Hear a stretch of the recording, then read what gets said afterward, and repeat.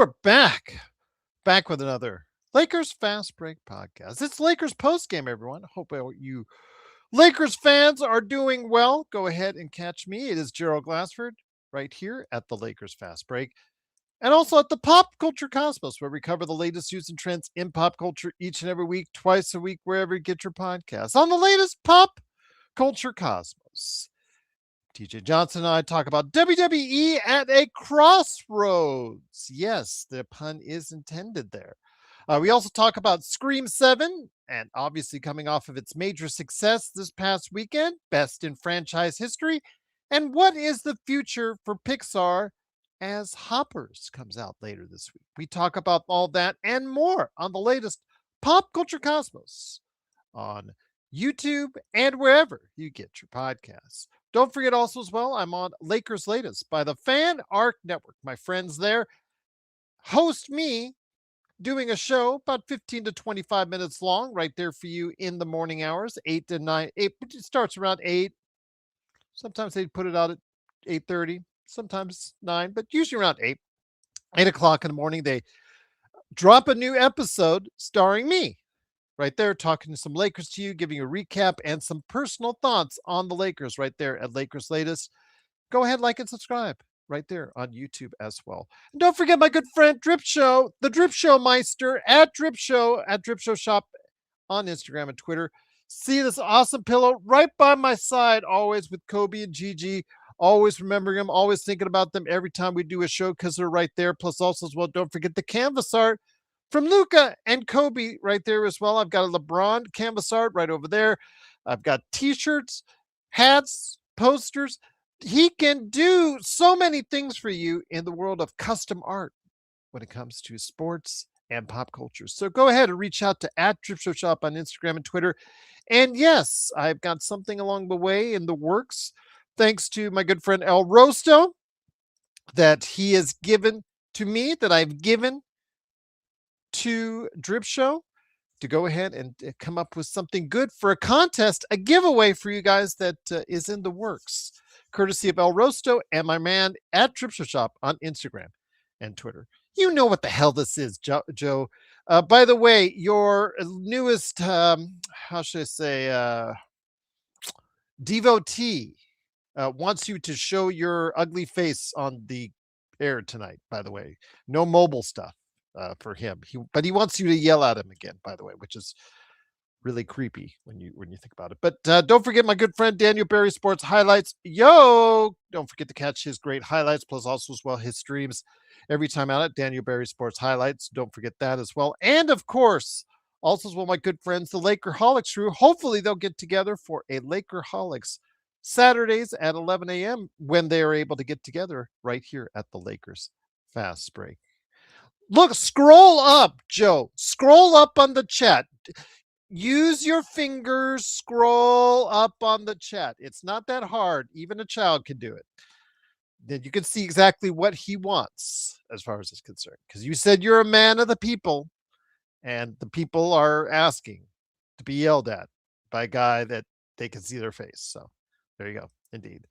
But the Lakers tonight on Tuesday, after a very relaxing weekend with 2 straight victories, head in tonight before they head out on the road at Denver to go ahead and face off against the hapless, I should say, New Orleans Pelicans, a team that is still very much in disarray, a team that actually has some good talent, but has not put it together all season long and doesn't have a first-round pick as well, because they gave that up to Atlanta. So what would happen when they faced off against a team that's not tanking, that's just not that good here in today's game? And it didn't look great for the first 3.5 quarters, because the Lakers, they would go up a little bit, then the seesaws back. New Orleans would go up a little bit, back and forth they went throughout the first 3 quarters.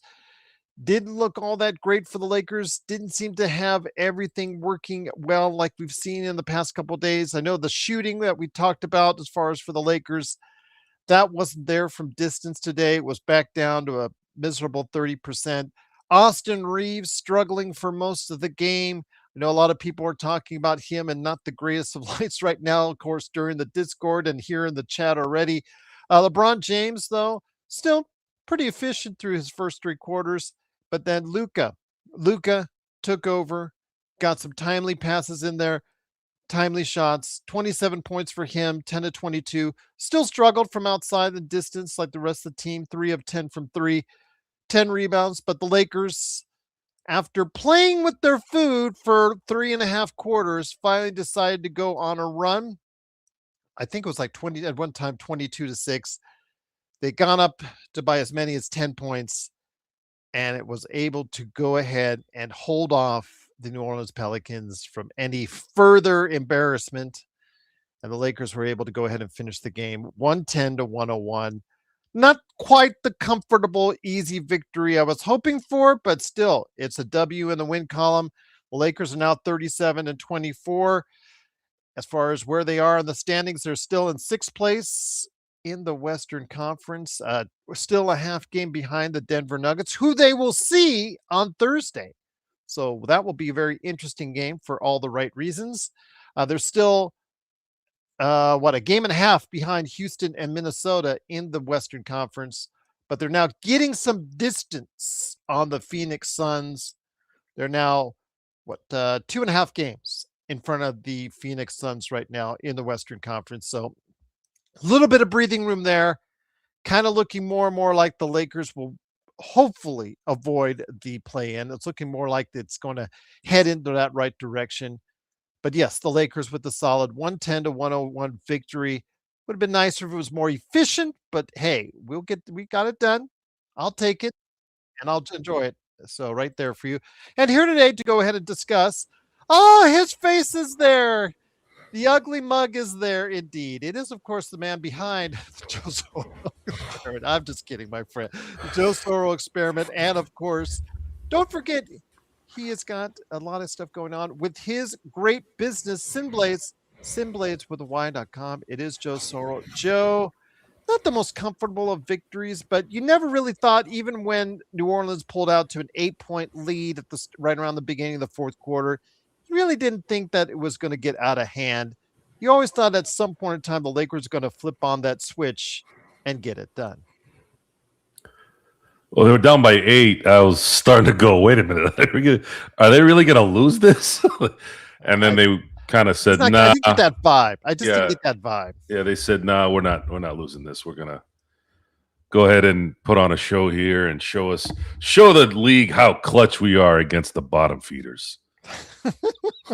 Yes, that they are. It is. Yeah, it's just, again, okay game, but I know that a lot of the criticism, especially for the first three quarters, was on Austin Reeves, and with the talk criticism.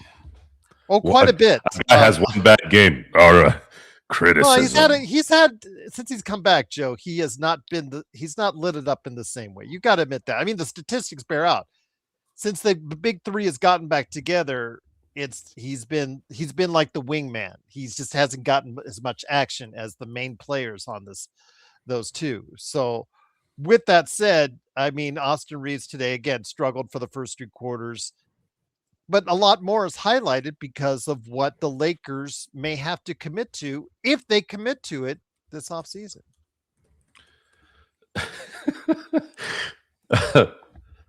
We're getting ahead of ourselves here, aren't we? Well, it's just, again, there's not much to talk about today. They got a like an okay win. They did okay. They finished it out. It was just, I don't know really what you can take much from this game, except for when you look really at certain storylines that are starting to continue as we get closer and closer to the end of the season.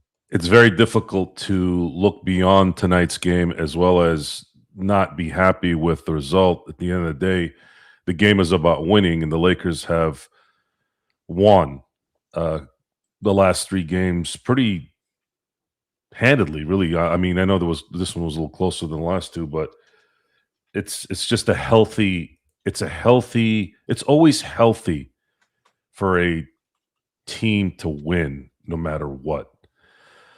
And this is the 3rd straight game where there was absolutely no nerves. There wasn't any frustrations. Even though they were down 8, it almost just kind of clicked like, I started thinking, what happened just now? But then within a matter of a minute, they were down 2, and I'm like, okay, good. They're kind of putting their foot down now and probably going to close us out.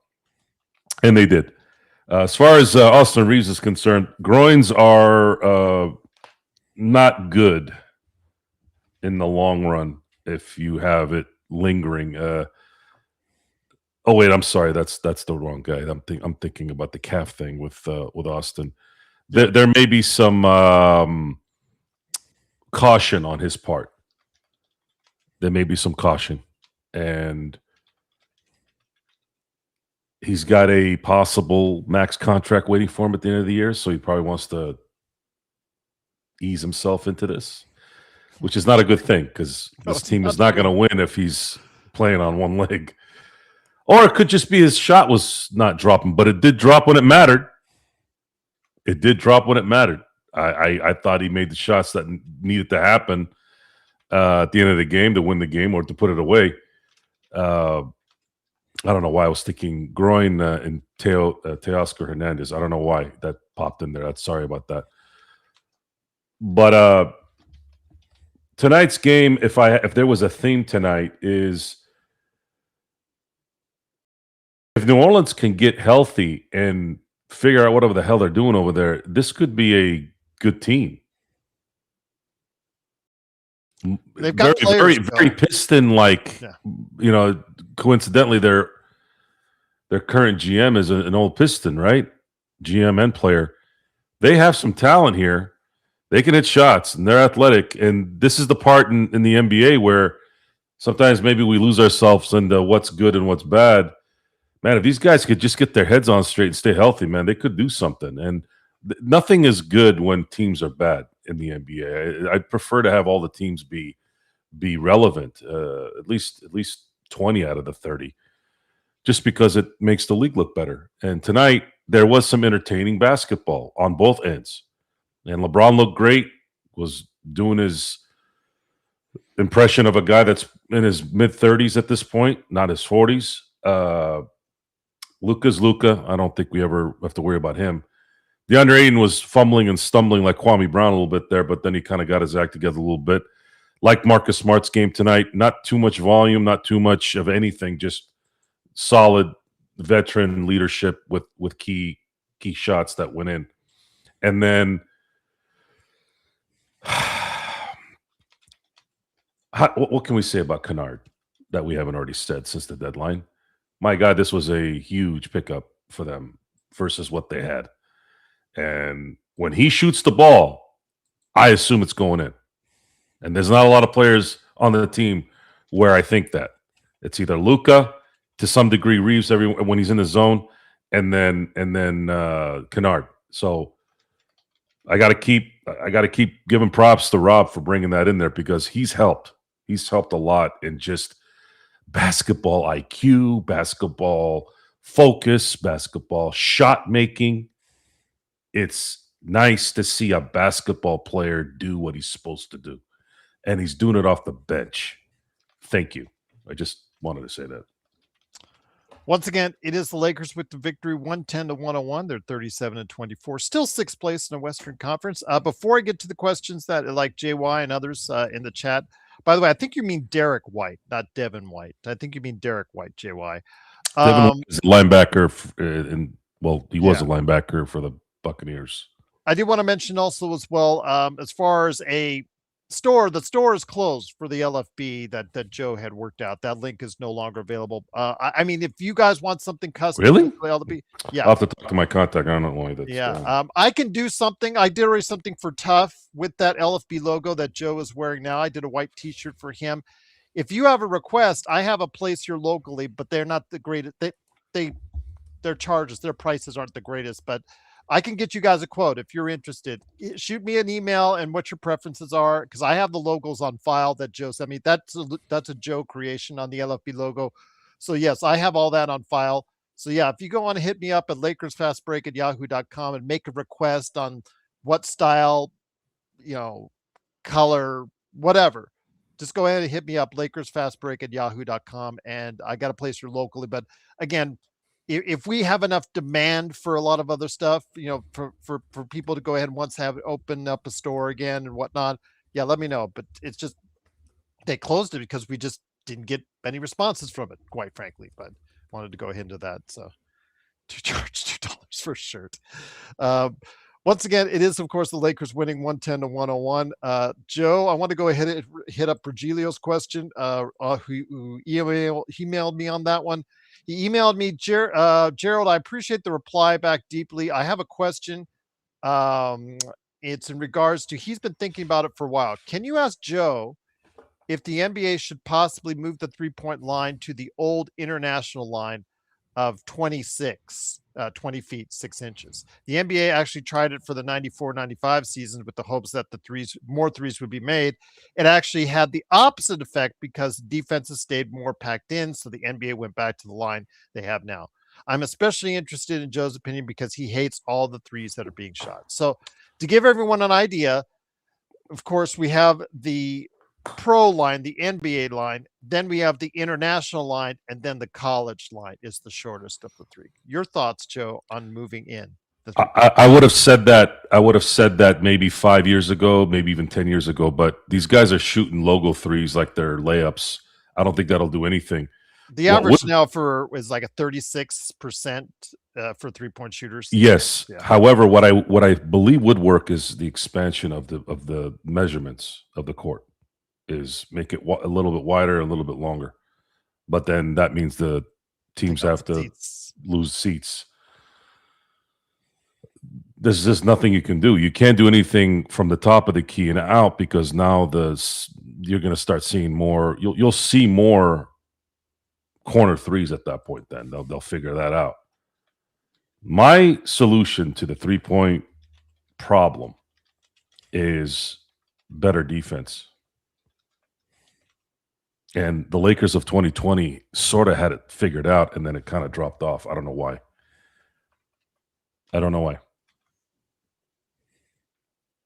You want a war rant? Yeah, remember, this is the same guy that asked you previously before even the postgame started. We're not in a war, guys. There is no war.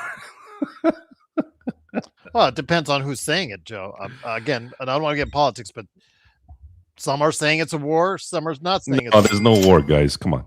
I'm just saying it, that depending on who you don't have a war when when the guy that replaced the guy they just destroyed gets destroyed like 5 minutes later. There's no such thing. That's not a war. That's an annihilation.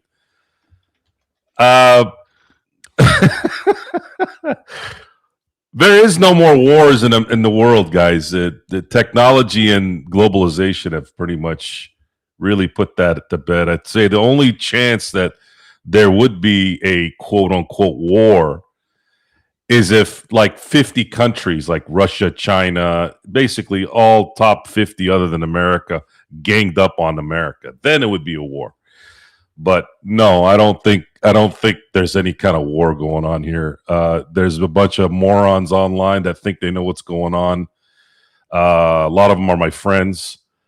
A lot of them are playing with their personal feelings on things, which is usually useless. Not my friends, just in general.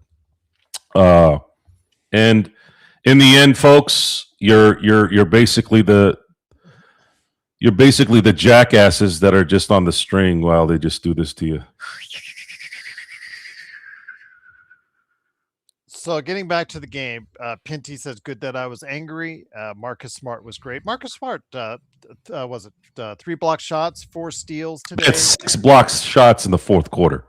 Yes. And by the way, you got to give props to the refs. After that Zion Williamson, Earl Campbell move that he made, and they didn't call a foul, I was like, oh, shit. All right. Let's see if they call it both ways. And they did. They did. It wasn't as aggressive as Zion's, but I was like, all right, cool. I want to see more aggressive basketball, not a call every 5 minutes. Because they were going nuts for a minute there on technical fouls. Like, what the hell was going on here? Was Steve Jabby there telling them what to do? Well, everybody in the starting lineup had at least one block, and only Luca had only one block. Everybody else had multiple blocks, which is actually what you'd like to see. And like you said, uh, quite a few blocks in that last quarter really helped seal the deal, especially on that late 22-6 run. I think the Lakers had to seal the deal for the game. The tests are coming now. They won the games they're supposed to win, and now they need to get to a part of the schedule where they're going to start playing people that they're going to be needing to jump to get up on in the standings. That's what's next. And it doesn't seem like, it's so weird how you're sitting there looking at 3 slots ahead and they're only 2 games behind.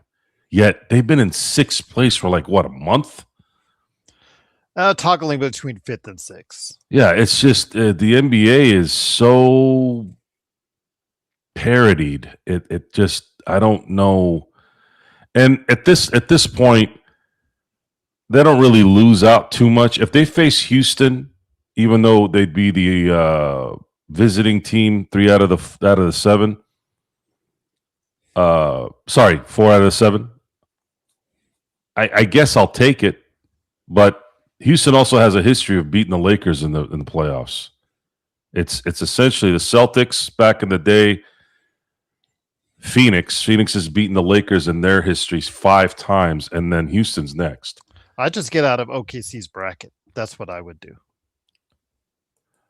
Yeah, if they do, then.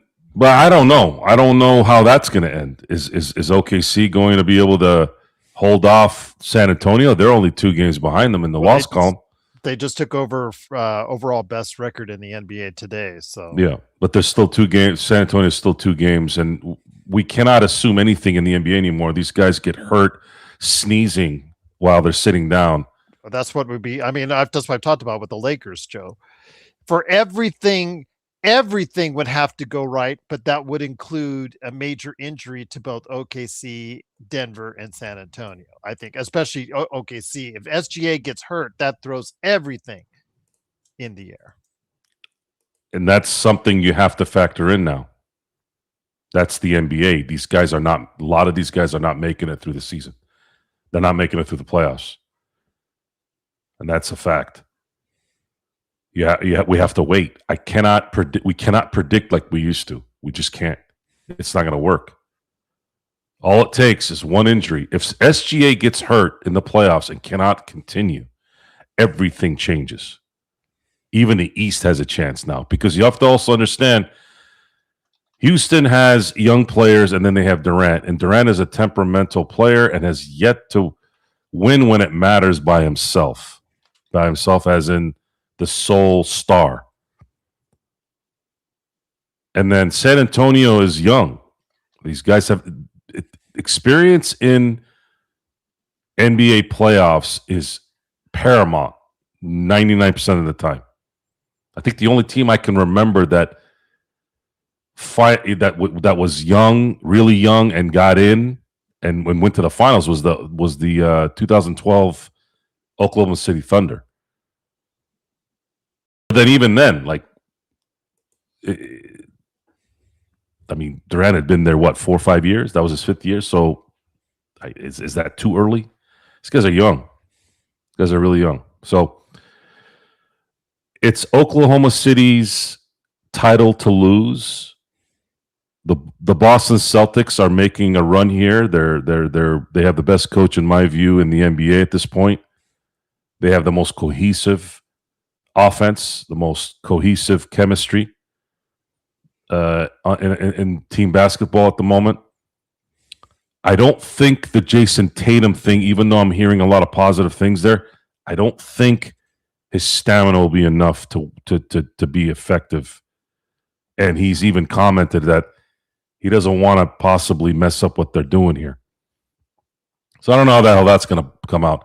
Detroit's kind of the same boat. Unit, though. I mean, we've seen that where stars have come off the second unit. I don't know. I don't know how that's going to play out. I wouldn't risk it. We saw Klay Thompson risk it, and he ended up blowing an ACL. You got to be careful. I would sit him out the rest of the year. Because you don't want to risk it. Achilles in a year playing basketball. If he was playing football, if he was playing quarterback, it's a different story. Something like that where you're not having to stop real quick, go left, right, like a running back or a linebacker, and you're not an offensive lineman or a defensive lineman where you're going to have a lot of weight on it. It's just you got to be careful there. And I didn't come here to tell Jason Tatum when to come back or not. The point is we're trying to get an idea of where this is going, but what's happening now in the NBA is it doesn't matter anymore what you think is happening in March. Believe it or not, you think in March you'd know. No, we don't know jack squat. We know nothing because stars have been bowing out in the playoffs for a few years now, and you have to wait. You have to wait this out probably until the finals. Who's going to make it to the finals? I have no freaking idea. I have no idea because I don't know who's going to stay healthy.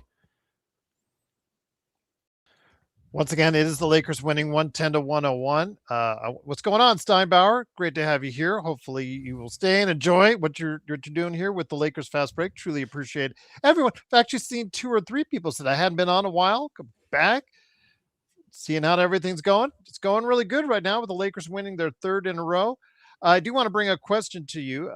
What makes a good NBA coach? Our Carino is asking. Who is the MLB equivalent to the Boston Celtics head coach if you think he is the best coach in the NBA? Joe Mazzulla equivalent in Major League Baseball right now? Mm-hmm.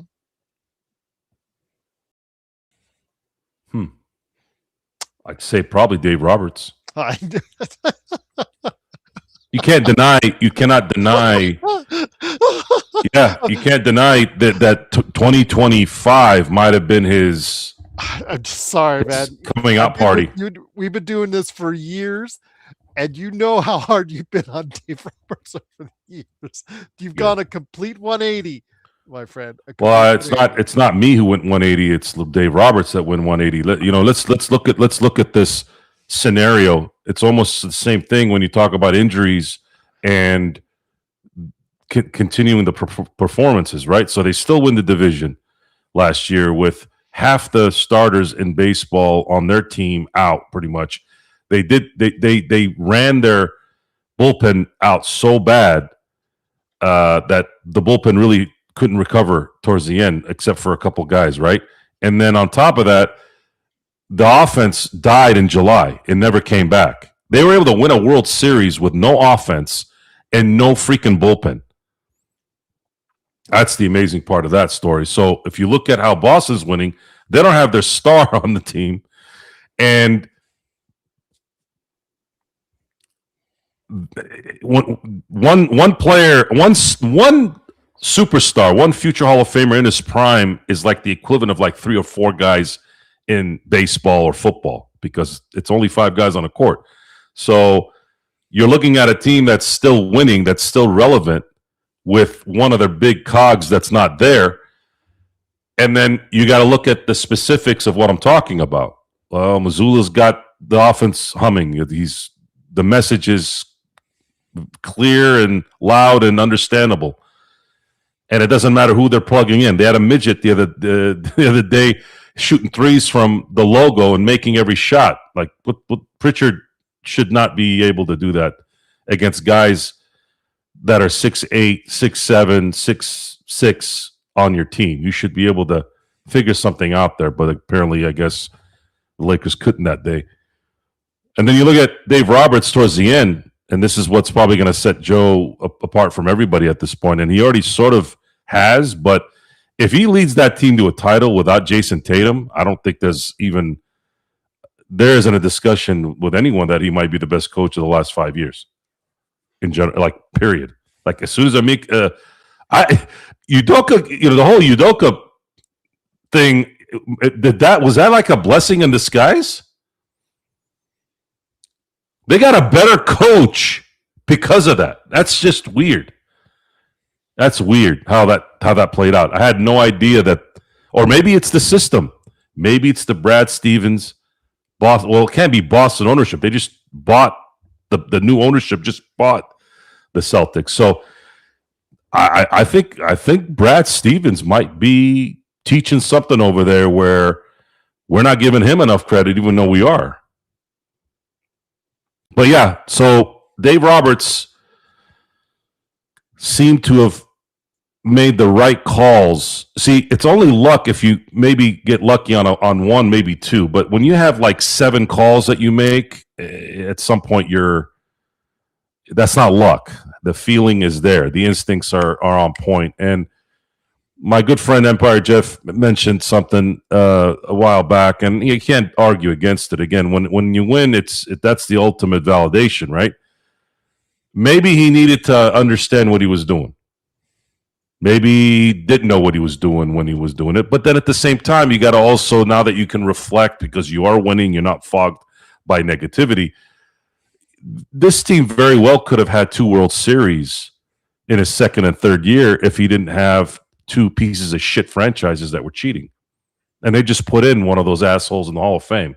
And they won't let Barry Bonds, Roger Clemens, Mark McGwire, Sammy Sosa, A-Rod in the Hall of Fame, but they let that cheap piece of shit in there. Like, it's just it's an interesting life we live in sometimes, how we can pick and choose who does the same, I guess, breaking of the code. But hey, he can go in, but this one can't, even though they did the same thing. So yeah, so Joe Mazzulla, Dave Roberts at this point, because I don't really know anyone else to throw at you, because baseball and basketball, the need for great coaching has slowly went kind of south over the last decade. Once again, it is, of course, the Lakers fast break. Lakers Lakers win 110-101. Lakers are now 37-24, 6th place still in the Western Conference. And Joe, we go on our next adventure to Denver, Mile High City, meeting with the I'm struggling, I guess is the best word you can say, Denver Nuggets right now, with the Denver Nuggets up in the standings. With a win, the Lakers would pass the Denver Nuggets in the standings, but the Denver Nuggets, without Aaron Gordon seems to be the glue for that team. And how Aaron Gordon is usually how that team is flowing. And right now, they're not flowing very well. Your thoughts as the Denver Nuggets are on the queue for the Lakers. How important a game is this with around 20 some odd games to go?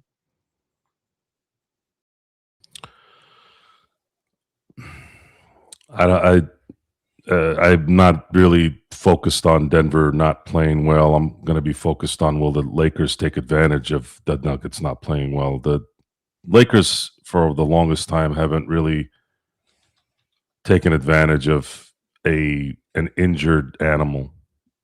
Usually they end up, especially on the road, they usually end up enhancing that animal and they end up getting whooped. They have a couple days here to figure out what they want to really do it by, through the end of the year here. That's kind of where we're at. That's where I'm at with it. I don't know. I can't predict. I'm probably sounding more negative than positive, and it's probably a good because they played well in Denver before. Remember when they only had Austin Reeves due to injuries and whatnot, and they almost came away with a victory, and we were that's one of the few times where we ever treated it like it was like a really good thing that they were so close to winning. They don't play bad in Denver. They play very competitive in Denver. Even in the playoffs, they just don't pull out as many victories as you would like to see. And that's the issue. The issue and the frustration of having a Luka Doncic on the team and not utilizing his clutchness has been probably the worst part of JJ Redick's coaching. His inability to create plays or to allow your clutchest player to have the ability to to hit clutch shots. That's what he does. I don't understand what's going on there. It's probably the one question I would ask. Did you see JJ. the discussion those two had on the sidelines the other day as Luke was coming out of the game? It looked a little testy. JJ in a later press conference said, it wasn't much, but those two were getting into some heated words, what it seemed to be on the sideline. Are you making anything like that right now at this time? Most people who are making an issue of it are usually people that have either not played sports or are just looking for bullshit. This is a competitive sport. It's the highest level of their particular sport. Sometimes coaches and players yell at each other. That's the first time I've seen an insubordinate, quote unquote, Luka Doncic in a year. So how about we give him a little bit of a break? Usually he takes the high road. And maybe he shouldn't. This is his team. This team will win championships because of Luka Doncic in the next 5 to 10 years. And he's not. He's his ego is in the right place. It's about performing and doing the things that he's supposed to do on a basketball court. The team, the franchise needs to cater to this player and hopefully bring him some guys that are going to be able to enhance his ability to help this team win. I'm doing well, son. Thank you. Appreciate it. Good to have you back, son. But I want to give some props to my girl, Tony. She's I'm going to send a link out. She's a big baseball card guru. So I know our boy SB is into the card world. So I'll send out the link and you guys go ahead and check it out and see if there's anything there that you guys like. But as far as the future is concerned, I'm not concerned with anything until the day of, because if the Lakers lose on Thursday, this is going to be a somber show. It's going to be, we're going to be right back to, oh shoot, they're not going to do anything. Well, again, I don't want to put too much in stock into it, because as you and I commented on after the previous game, where I said specifically to start off the show that, it was a depleted Golden State team they beat by 20 plus. It was the worst team in the NBA that they beat it by 20 plus. It's nice. It creates a relaxing weekend. I'm not building a parade along Figueroa. And then some idiot drops Christian something or other, drops why you guys are doing this, you guys are doing that, and you're saying, and he's bringing back Kobe from the Kobe wouldn't act like this, and just like, really, is that where we're at, Joe? Because you commented on it as well. It just, again, why is there the need to always go back to Kobe on this, something like this? This was a nice, easy weekend. We're not making a big deal out of it. Had you watched the show, this guy, I could tell, didn't watch the show. He just read my headline, and that was it. He didn't actually watch what we had to say. We're not making a big deal when you beat 3 lesser teams like this, like they have beaten in the past few days. It's nice.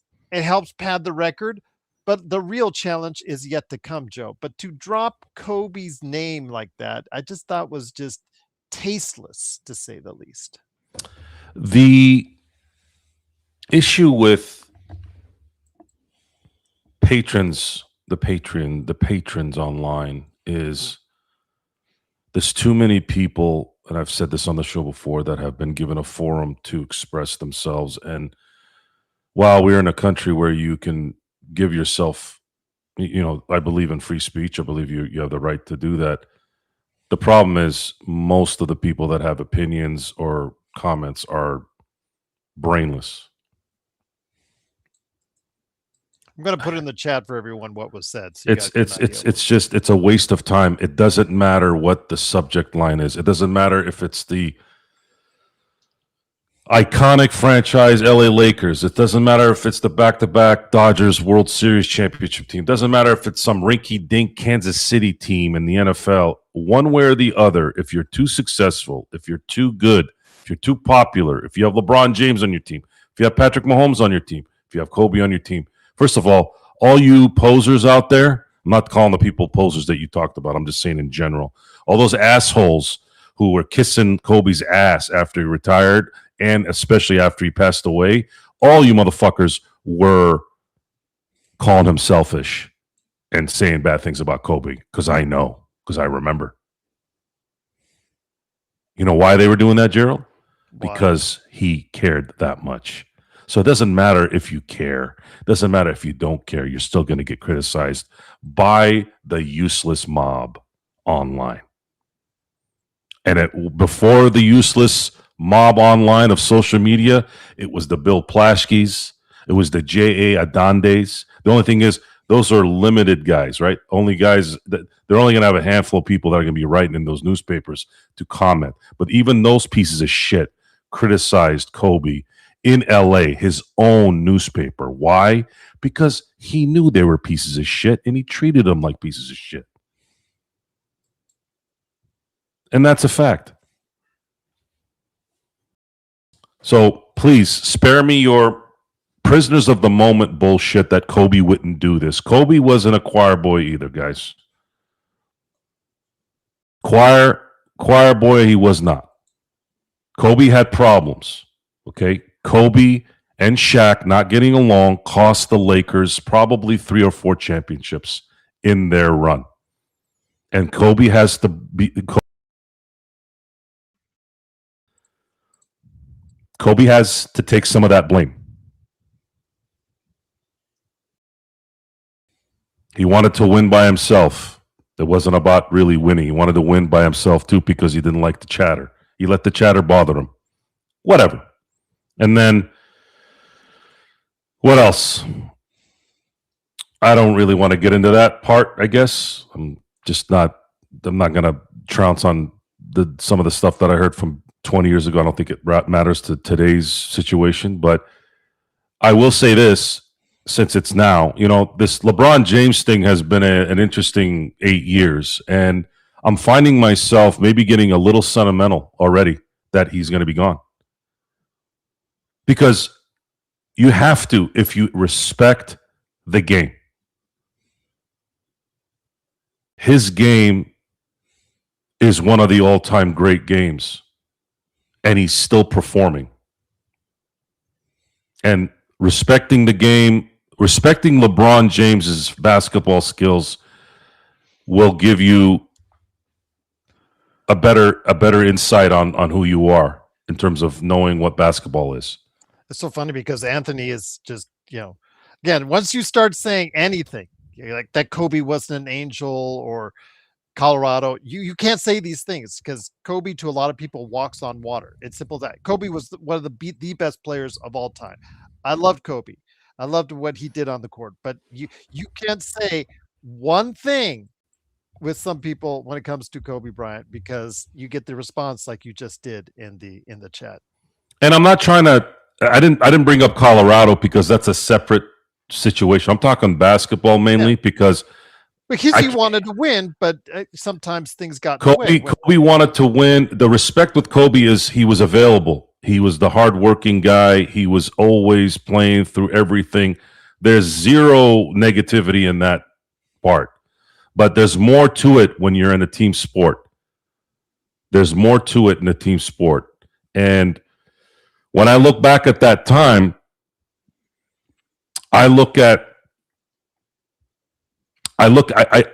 Kobe should have been smarter, but then how do you call a 21, 22-year-old who hasn't really experienced life yet?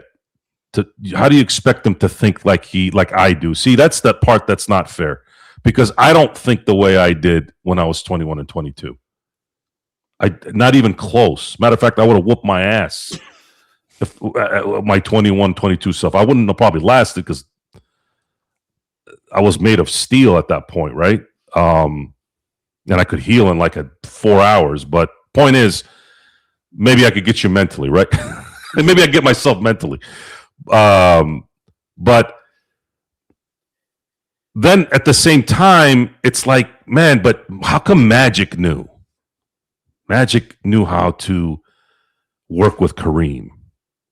But then that's a different time. Kareem wasn't like Shaq, and Kareem respected the coach. He respected the game. He respected things that sometimes Shaq came off of very selfish and very immature, right? So it's a lot of stuff, right?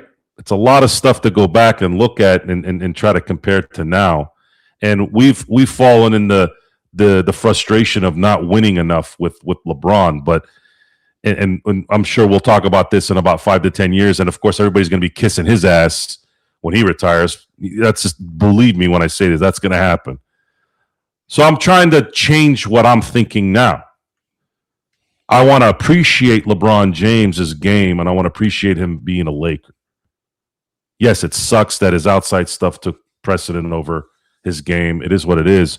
But at the same time, his game, I'm happy that I'm happy he was a Laker. I'm happy he's been a Laker. I'm happy. I really am. I'm happy that he was here. I'm happy he won a championship here. And because I never in a billion years would have ever thought LeBron James would be a Laker. That's sometimes I'll remember that in my head, like, did this really happen? Like LeBron James just became a Laker.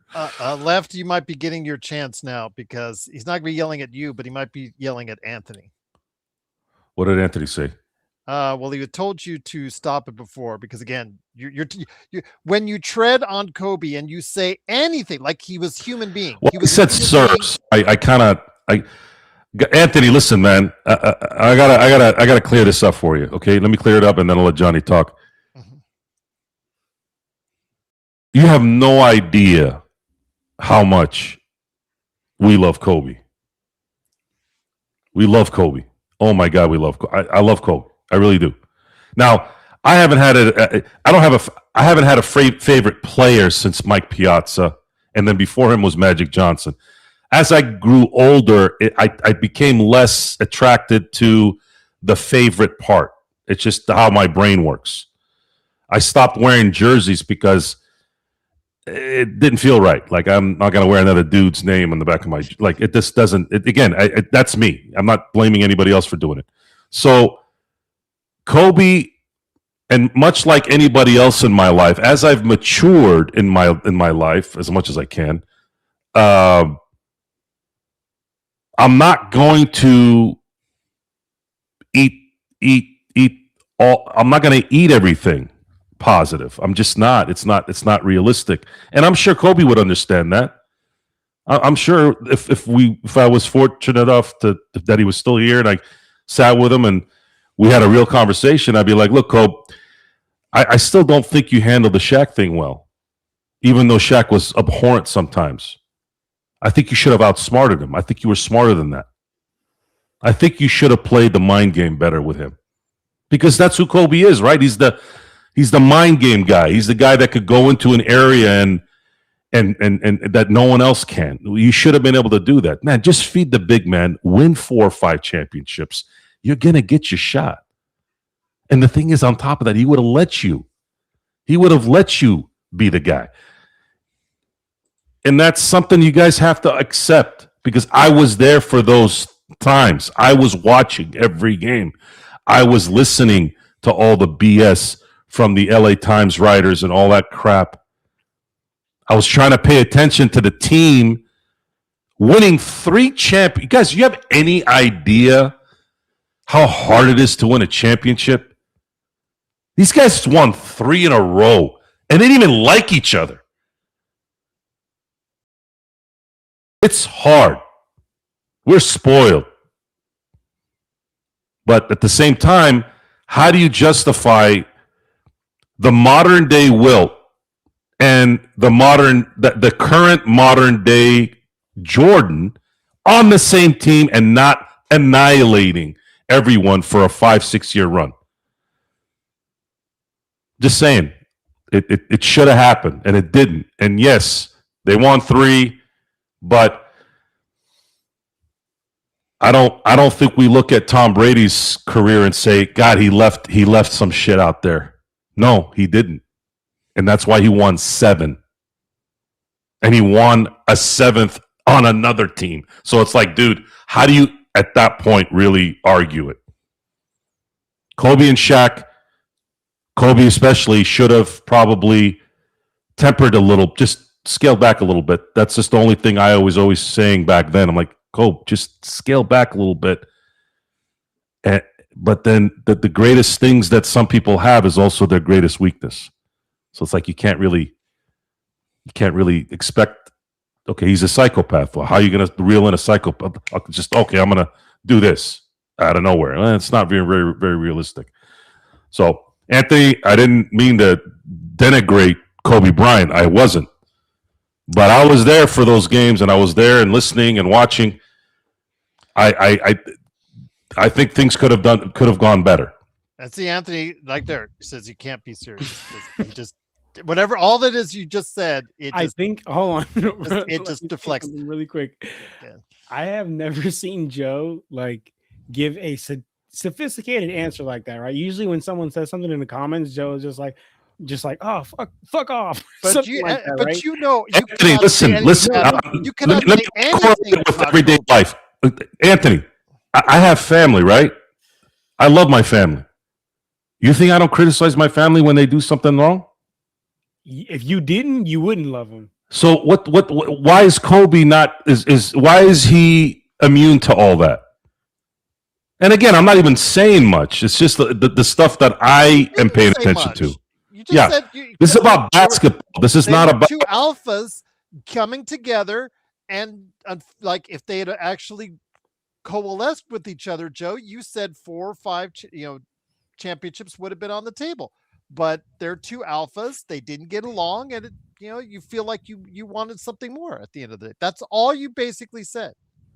That's all you basically said. But if you say anything detrimental, I mean, I have Kobe Bryant jerseys right behind me. I have courtesy of Drip Show showing his love for Kobe. It doesn't matter. You could, if you say anything to certain people that just love Kobe, just regardless of everything that he did.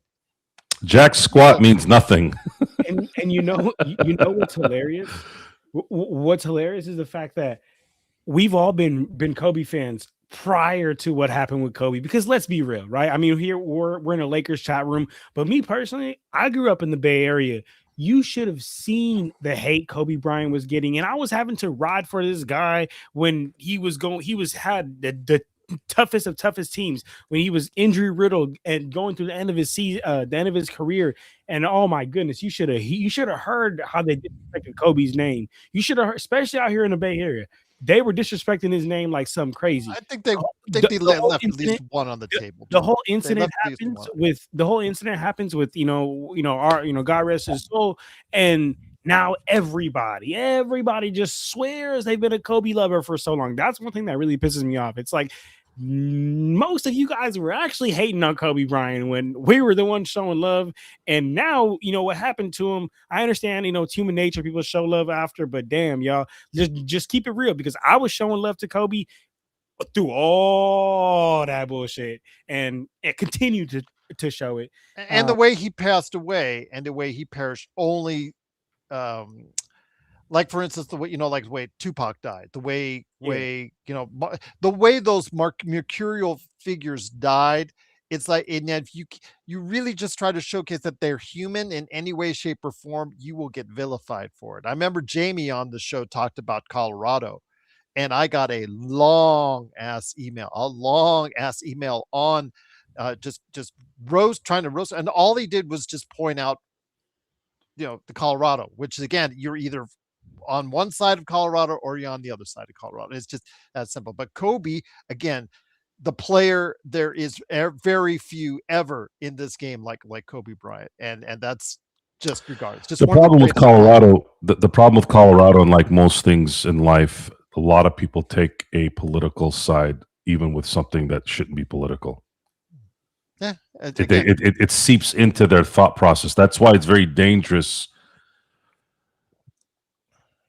An idolic is when your ideology is your only basis of decision making, you're going to find yourself in big trouble. But we don't know all the particulars on it because it was settled. Right now, I've had discussions about that with people who believed it, and some people who didn't believe it, and then also people that know what was going on in terms of information during that time.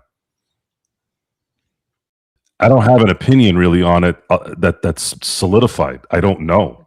However, we don't know all the facts. We don't right. know all the facts. However, if and to me, I think if you make a decision that you feel like you know 100%, then you're not likely a good decision maker in my view, because you were not there. You do not know. And his wife did forgive him, so and that's always the funny thing is the Isaiah Larry Bird thing. I was watching this the other day, just randomly, how Rodman had said some stuff to Bird back in the day when Bird was whooping the Pistons' ass. Rodman said, "Oh well, if Larry Bird was black, he'd be just another player," and then Isaiah Thomas kind of backing his boy up, which makes sense. It's this guy in a joking way. You could hear him laughing in the background. And then he has to go through this, and then Isaiah has to go through this whole freaking circus of trying to figure out, how to make amends. And Bird gets on there with Isaiah going, look, if this doesn't bother me, why does it bother you? Like, people are bothered by stuff when the guy that was insulted doesn't get bothered. So why do you care? So it's not about him. You don't give a shit about Larry Bird. You care about your feelings. Fuck your feelings. How about that? So this whole thing with LeBron, and this is current times, right? I've been called a LeBron hater because I've not liked LeBron. I've been called a racist, by the way, because of that, which I can't figure out what the hell that means. I think Anthony's trying to point that out again, by the way, in the chat. Well, it's okay. It's okay. He's don't say my name, please.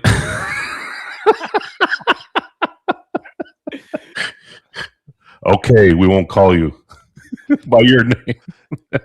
No problem, Anthony. In the end, you have to understand this is real life, that nothing is linear. Okay? That's just stupid if you think that way. If you think because I'm close with somebody or I like somebody that I'm not going to criticize when they do screw up, then what kind of friendship is that? All you were what saying. Kind of community? What kind of community? What is that? All you were saying was that there were with the Kobe Shaq mix. You thought they left titles on the table. That's all you were saying. That's all you were intimating. That you thought because of their dynamic, because it was alpha on alpha, they both thought that they were both very stubborn in their ways. It ultimately led to the early demise of the team that you thought that was still left on the table. You thought there were more titles left on the table. And I can't say I disagree with you. I think there was at least one more title left on the table, but that is just an opinion and you're entitled to it. But to go off on that, as far as what you're saying, Anthony, is just, come on, just let it go, man. Let it go. Yeah. It's nobody walks on water in this world. Nobody is that, just my gosh. You want everything squeezed out of that talent. And unfortunately for guys that are in that upper echelon of greatness, that it needs to be maybe what we grew up watching, at least for me. And that was the complete run. Chris, that was funny. Anthony, no. Yeah, Chris, that's a good line. I'm racist towards stupid people. Although I don't know if the word racist makes sense in that sentence, but I think I know what you mean by it. But that would be out of the movie Idiocracy, Joe. That would be. Again, I've look. It's funny how society can, because racism in a lot of ways. These race hustlers like Sharpton, Al Sharpton. Let's say, let's use him as an example. These guys make money hustling, right? The Reverend? Yeah, Reverend my ass. Is he racist for real? What's going on? Well, he's a race hustler. That's how he makes his money. So what he does is he goes into neighborhoods that accuse people of stuff, and they create this, fear, right? To go down this road, Joe. No. But I'll end it at this. It doesn't matter. Well, for someone like me, I don't have to worry about that stuff because I'm not technically in the corporate world. I don't have a corporate business in the sense of where I have an HR and all that stuff, where I have to make sure I cater to everybody's feelings and worry about people suing me because I don't like the way they look or whatever. That's why I work alone. Anyways, the key here is we need to understand, and being that we're about probably a month away or so from probably LeBron's swan song as an LA Laker, I want to make sure that I start this now so that you guys don't think I'm fronting down the road when he's gone. I'm sort of sad that it's coming to an end. Who, the LeBron era? That LeBron is leaving, yes, because of his game. I mean, I think he's a really good player. Because it's LeBron James, because it's the respect for his game, it's the respect that he continues to have in terms of his game. And I had wished that he had been able to do more. Yes. I think that, yes, because of how great LeBron is and all that he brings. But at the same time, though, this is a 41-year-old LeBron James on taking up 50 mil. So yeah. No. The logical stuff is there. No, if you came to me after the end of the season, you're like, hey, so you're telling me you want to re-sign LeBron James? No. That's not what I meant. So it's like, the talent wise, I get you. He's one of the greatest players of all time, and at times he can turn back the clock and shows that. But as far as like contract wise, and as far as like, well, right now at 41 years of age, yeah. What do you say, Joe? 41 years of age. 41. I mean, 41 is as great as he is. I think he's a ticking time bomb. Every time LeBron jumps, I'm like, you just like never know how he's going to come down, to be honest with you. Or what you're getting out for 52.6. You're not getting 52.6. Yeah, exactly. I don't worry about LeBron when it comes to that stuff. I do, just because of his age. Honestly, I don't. Not LeBron. I think LeBron has a pretty good base on his health. He does, but I just know I worry about Rui when he runs like that. But I just know that I'm not as worried as Anthony Davis was. Every time Anthony Davis jumped up, that's the other guy too. Yeah, Anthony Davis. I was actually terrified when every time he fell down all. But what I will say is that LeBron James, like, because he's 41 years old, yes, he has a great base. Yes, he's always been very good at staying away from injuries. One rolled ankle is just totally different and would keep him out for so much longer than a 26-year-old, 27-year-old, 28-year-old. And it's just like how you said earlier, Joe. You just like, when you were 21, you'd heal in 4 hours. This guy's like 21 times 2. Like, this guy, you know what I'm saying? So the 4 hours is now, maybe that turned into a whole week, a whole 2 weeks, right? That's my only thing. It's the first thing that you notice. Yeah, I mean, it's just like, goddamn. Well, you said, where are you asking? What's the first thing I know? Well, it's the first thing you notice when you get older. Yeah, is that things don't heal quick. Yeah, for sure. That's ultimately what sets the athletes. When you listen to them talk about their careers, they don't recover as quick. Which is when baseball was in its steroid era. That's why Barry Bonds went from 1999. 1999 at that point was his 14th season, and then he became Superman between 2000 and 2005. That doesn't happen, like, unless you have something that can recover you quicker. So if I use let's say HGH or use some test, I probably get that power back. The only problem is then I have to worry about the stuff that I want to really work still, and the stuff still works. So you got to give him. You got to pick and choose what you want. Talking about there, John. I have close family members and friends that are on stuff, and oh man, and I get the 411. I'm like, listen, don't lie to me. What's going on?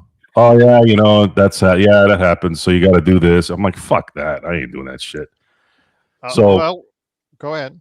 So again, it's we're kind of jumping all over the place here, but there's been some excitement on the chat room, so I wanted to cater to everybody. Anthony seems to be, yes, Anthony. I'm going to call you Anthony because your name is Anthony. You don't like me talking ill will of Kobe. I could see the frustration there. Talking ill will of Kobe. He thinks so. Those guys were so great. They were so competitive. They were two alphas. You just wanted more. You just think that they left some on the table. That's all you said. But El Rosto, let me get this in. Kobe's great, always was, and guess what? So is LeBron, and they both should have respect. They are teammates across generations, not adversaries. I'm just going to say this again. When you approach anything on Kobe Bryant that's not gleaming, it's a flashpoint for certain people. For doesn't matter if I've gotten emails from people in India in regards to this, when you even go to any lengths as far as it's concerned, saying anything about Colorado or the fact you think they left titles on the table, anything. Again, you can't seem to say anything about Kobe unless it's all adulation. I can. Well, but I can't because I watched every game or listened to every game. I was invested. This isn't. That's why I agree with you that they left. Yeah, this is not about. This is not about. I'm not expecting. You can't expect everything to go well. But that's just a compliment to them because you thought they were so good.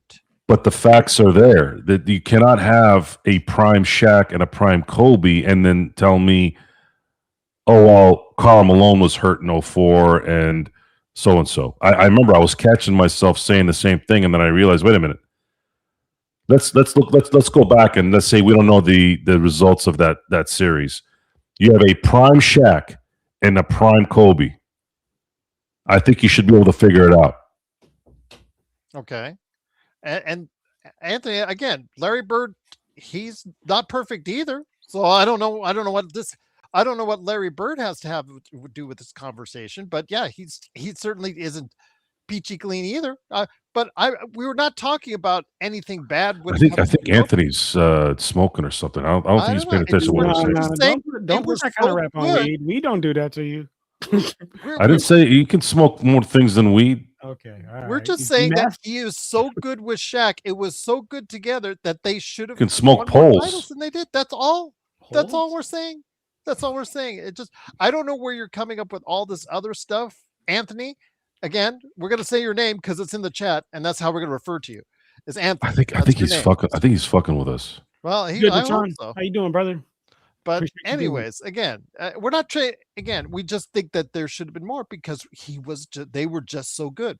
They were both elite athletes in the prime of their careers, and it just left you wanting more. That's all. That's all we're saying. That's all we're saying. Strong words for LeBron. Well, LeBron's the most divisive. Easy there, Walter White, aka Heisenberg. What's with this saying? Hey, Walter White. I know that's from that one movie, or that one TV show, right? With like the dude, like he's got like the freaking. No, it's a cartoon. No, it is. It is. No, don't play with me. What is it? Where he's like cooking that meth in that like RV van or whatever, right? Isn't it? Walter? Yeah. But now he's going on LeBron because you're now on LeBron, and if you've watched the show over the years, LeBron has been a very divisive figure on this show and in our chat, right, John? By the way, John Costa from Lakers Corner, 3-minute report is now available at Lakers Corner.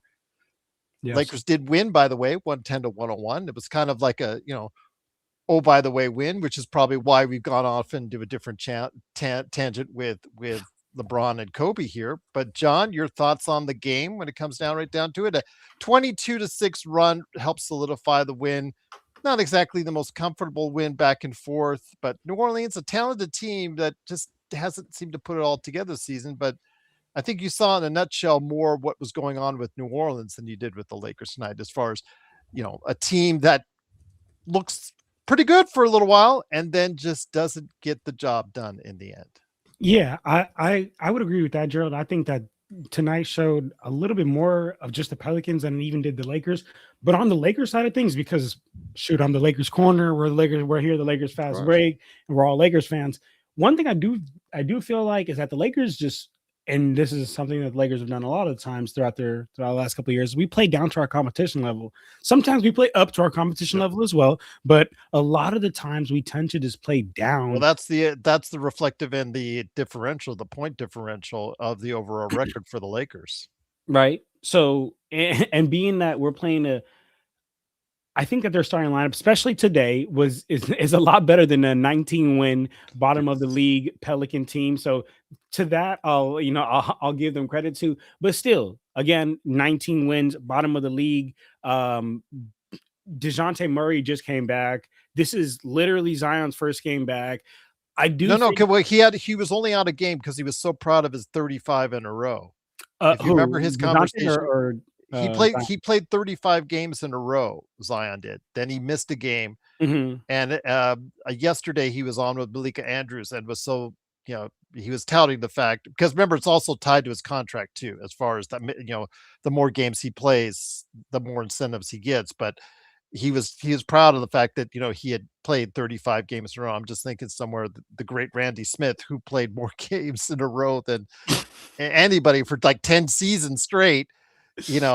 Rest in peace. Yeah. Just like, yeah, exactly. No, for sure. But anyway, so what I was saying, it kind of took me back because of the fact that, okay, you're so happy about playing 35 games in a row. More power to you. It's a problem, brother. It's a problem, brother. It's not even not even half the season. But what I will say is that we played down to our competition level. It was clear because in that fourth quarter, when we just ran off, what was that, 22-4 run? It was 22-6, I think. But 22-6. Yes. Yeah, 22-6. So when we ran off that 22-6 run, Gerald, we were doing whatever we wanted in that run. And if you go back and watch the tape, whatever we wanted on both ends, we were ripping Zion every time he got to his left hand. We would force him to his left because we know that's where he's going every single time. He's going that spin, and then he's going trying to finish with his left. I think ripped him. I would say, I know Marcus Smart got one, I know Jake LaRavia got one, and I know LeBron got one. And this is just me off the top of my head. I'm sure we could go back and find even more. And then on the offensive end, we were getting everything that we wanted. And even in that first half, to be honest with you, we still were, but we just couldn't hit. JJ said it in the halftime interview. We just could not hit. We were getting good looks, we were getting those corner shots, but we just couldn't hit. And guess what, man? This is a make or miss league, and we were missing. But come that fourth quarter run that we went on, shit, that's all we needed to put him to bed. And then again, something we've all said around here, another game where Jackson Hayes is outplaying Ayton in those and late game minutes. And it came out that if you go back, if you see in that fourth quarter, we were down by 8 points because the Pelicans went on that 7-0 run. And then JJ had called the timeout, subbed Hayes for Ayton. And then that's when AR and Luka start to go off. AR and Luka probably would go off regardless, but it's the little things that Jackson Hayes does. I know he had one block on Zion which was huge, but when he wasn't in and Ayton was in there, Zion was just getting to the hoop at will when he went on that 7-0 run himself as well. The role Hayes, honestly, I know it's more of a regular season type thing. His rolls to the hoop opens up the floor. It opens up the floor for, and it is more of a regular season thing because you saw against Minnesota, they jammed the paint and they prevented those lobs. Absolutely, really happy, which that was the reason why that JJ put him on the bench and didn't play him even when I think they should have when in the famous second half when they played only 5 guys. But yeah, it's for like in the regular season, you definitely want to utilize it. And in fact, we saw even Ayton getting on some lobs as well. Yeah. So I say it out to say, Gerald, nothing we haven't seen before. DeAndre Ayton, our, I guess, quote unquote starting center, getting outplayed by our backup big that we all know isn't going to be able to be there come playoffs. But again, he definitely did provide great defense in that 22-6 run, provided great rolling to the rim. And again, I'll say it like I just said, man, when he rolls to the rim like that, it opens up the floor. And even better yet, when the floor is opened up and Luka Doncic has got the ball in his hands. You never know what kind of magic he's going to do. Although when the game did start, he was struggling and he was forcing him up too. I was like, Luka, swing that. but he was. Yeah, we were saying that on Discord. I was like, swing that bitch, Luka. Like, come on. Share the ball a little bit more. But also at the Austin same time, Reeves though, was Gerald, struggling as well. Sometimes it's hard though, right? Because as a basketball player, I know that, look, if I'm the best player on the team and all I got to do is see the ball go through the hoop one time. Like, I know I missed the last five, but just give me a second. I heard Gilbert Arenas one time say, and you know he's an elite scorer, right? I heard Gilbert Arenas one time say, the great scorers, they could miss the last 7 shots. They're like, shit, I missed the last 7. The next one gotta go in. Like, this is only the odds. Like, the next one gotta go in. And he's like, Reeves say that tonight because he missed his first 7 shots as well. Yeah, and ended up finishing with 27. So come on, looks like Gilbert Arenas' theory was right.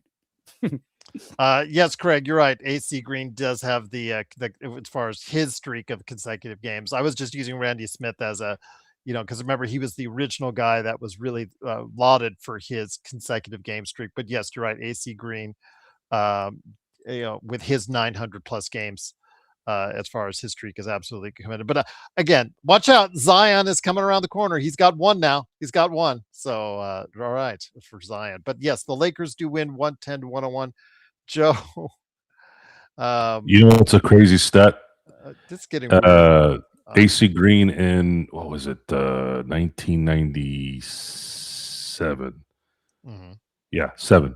When he went to Dallas from Phoenix, he played 83 games that year between the two teams, and then the year before that, he had played 82 games. He only missed 3 games his entire career.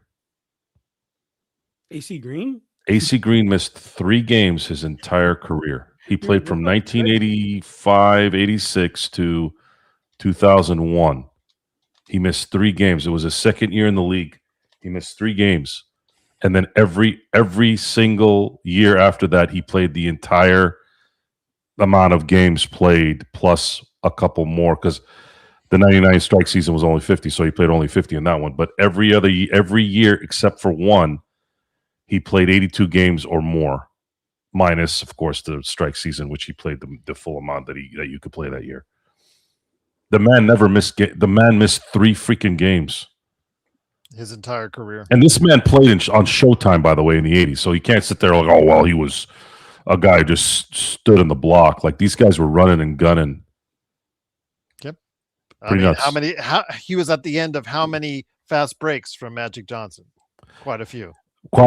And the fact that he bridged the 2 dynasties is AC Green is the guy. He's that guy. Like, you would talk about good dude, strong-willed, available, good teammate. Yes. It's such a I don't think when they talk about, because these days the verbiage is, oh, he's underrated. They'll call Babe Ruth underrated or Michael Jordan. Like, what do you mean underrated? Like, do you have even no idea what the hell that even means anymore? If everything is underrated, that means nothing's underrated. So anyways, he's underrated. All you got to do is talk to Magic, and then 12 years later, go talk to Kobe or go talk to Shaq at that time and see how Phil Jackson, obviously. It was really nice to see. I remember vividly the 99-2000 title team. He started every game as the power forward, and we knew he wasn't a dominant player, but man, him and Ron Harper just made that team so veteran heavy and veteran smart. What happened now? JY. AC had more stamina than everyone, and we know why. Oh, yeah, because of the Green Bear. Do you know why, John? Hey, Anthony, are you trying to start a fight? What is the Green Bear? I'm just ignoring Anthony, his comments. Just going off the chain. I mean, talking about grand. Oh, okay, good. Okay, so he's talking about something else. Never mind. Got it. Okay, yeah. I'm just like, Green okay, Bear. You're on your own, Anthony. There you go. All right, you deal with the chat. But John, do you understand why with AC Green? Shit, I just looked up Green Bear, AC Green, and I looked. This guy has a green bear on top of He his was head. celibate. He wasn't fucking hoes. He wasn't fucking no hoes. And he was in the league. Look it up. Look it They up. were Yes. sending the guys in the 80s were sending him. They were sending chicks to his room They too. were. They were They messing were. with him. Oh, I don't know if Rick Yep. Fox and that group was doing that, but I know the 80s guys were doing it. Yeah. dude, no wonder this guy didn't miss a game. He's He's the John Candy of the he's the John Candy of the NBA. That's the comparison I have. He didn't have his first experience to what, his late 30s? When he got married, yes. It was a late, it might have been mid-30s. In all respect, real quick though, that's a beautiful for him and his wife.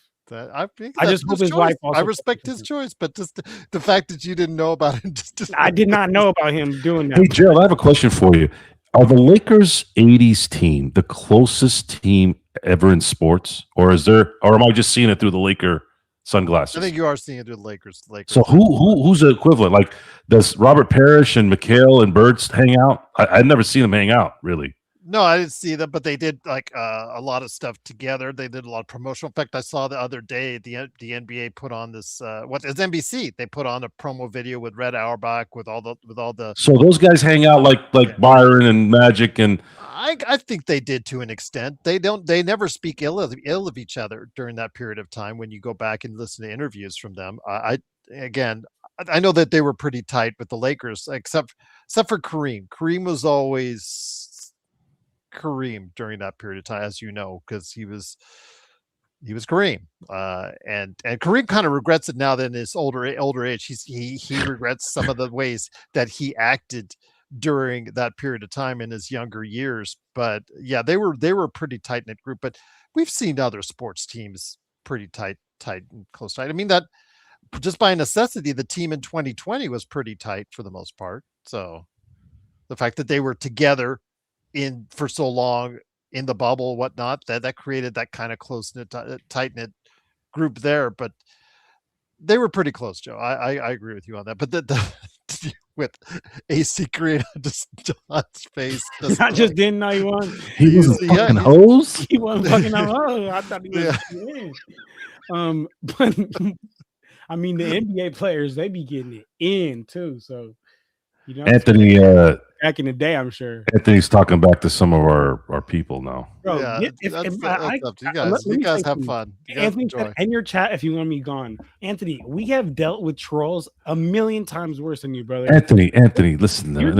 Look, don't be a tough guy, dude. Come on, it's a chat room.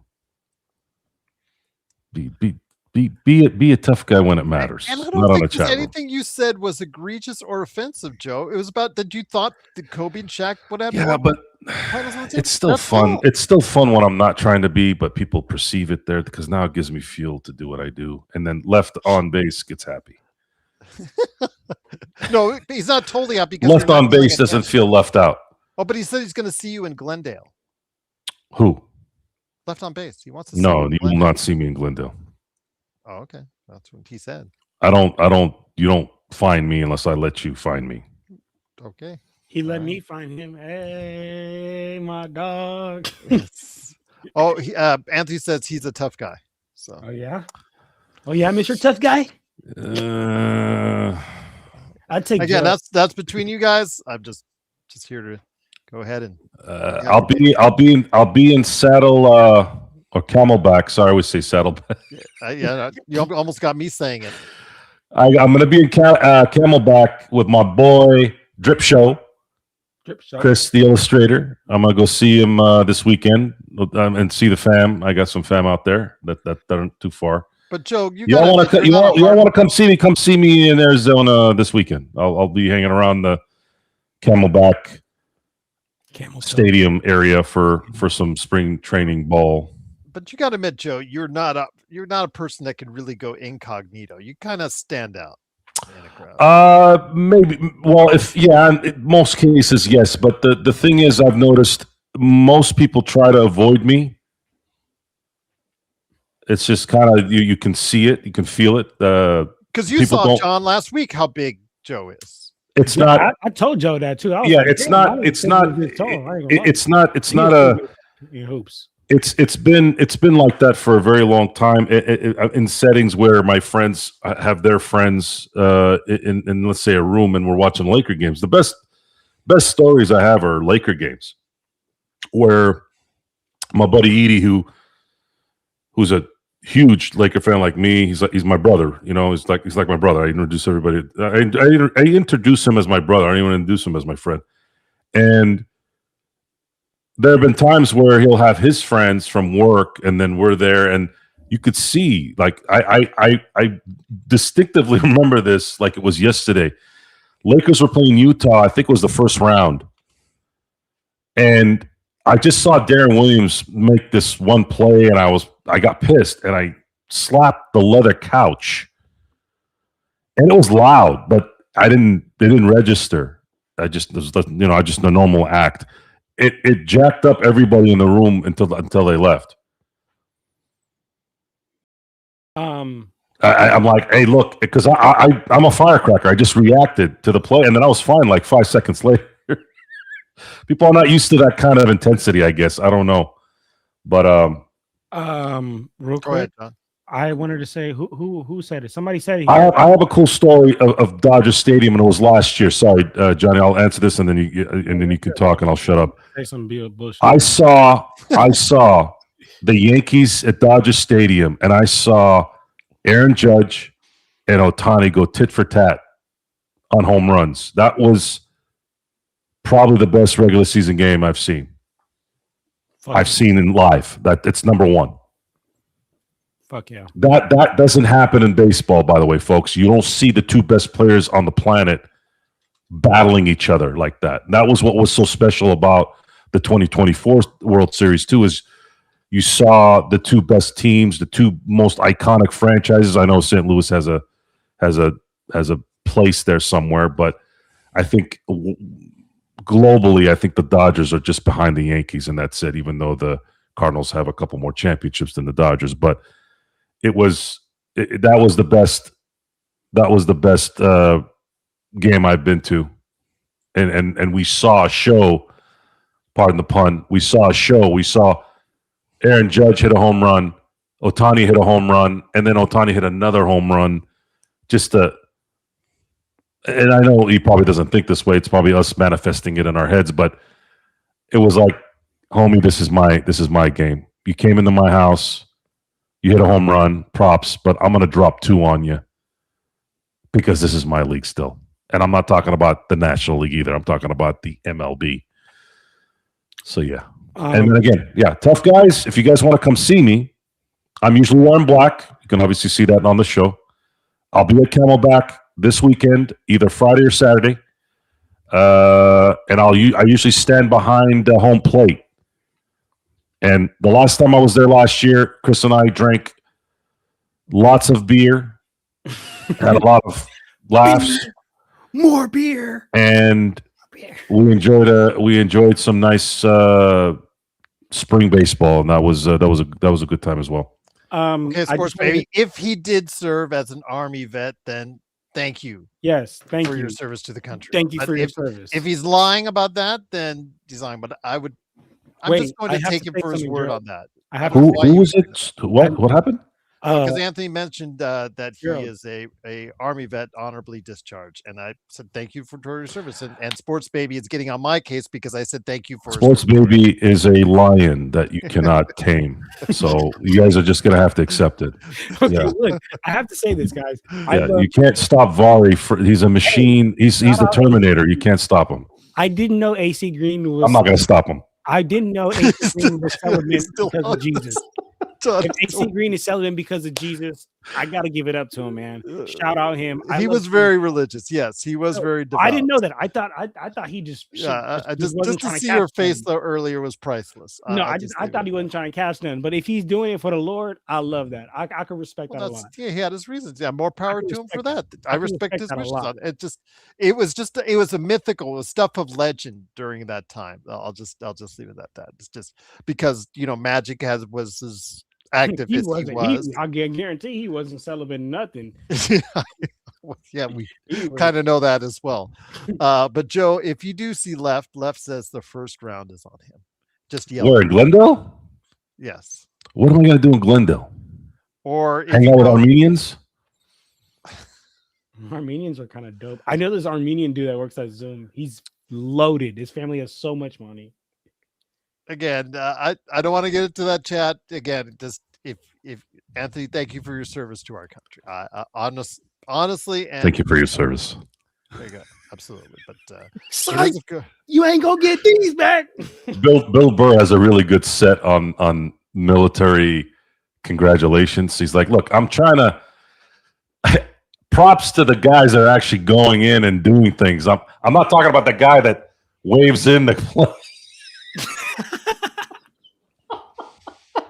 The guy who the flag is still a real one. I thought that was so good, man, when he said, he's like, I'm giving thanks to the guys that are actually going and putting themselves in harm's way. I'm not trying to give thanks to the guy that's holding the flag on a boat.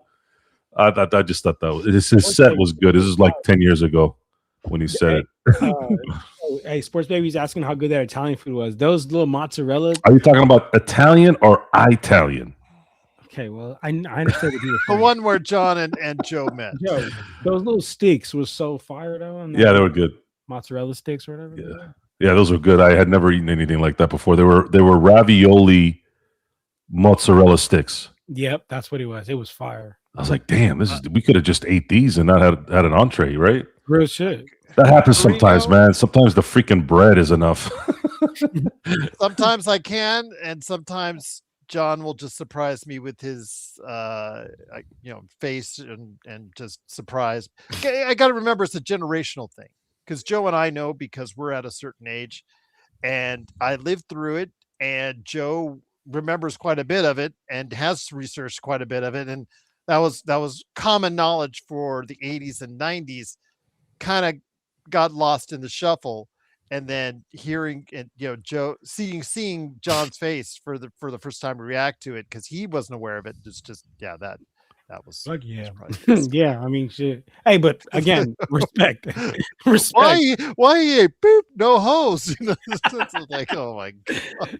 I mean, hey, for the Lord, I respect it. I respect it. Oh my gosh, it's crazy. You're crazy. But it is, of course, the Lakers winning 110-101. Lakers are now still sixth place in the Western Conference. But again, John, Denver, as I talked to Joe earlier before we went off on the sidetrack, as we seem to do on the show quite a bit, Denver is on the horizon on Thursday at Denver. They haven't played bad against Denver, both in and out of the playoffs. They just don't seem to get a whole ton of victories.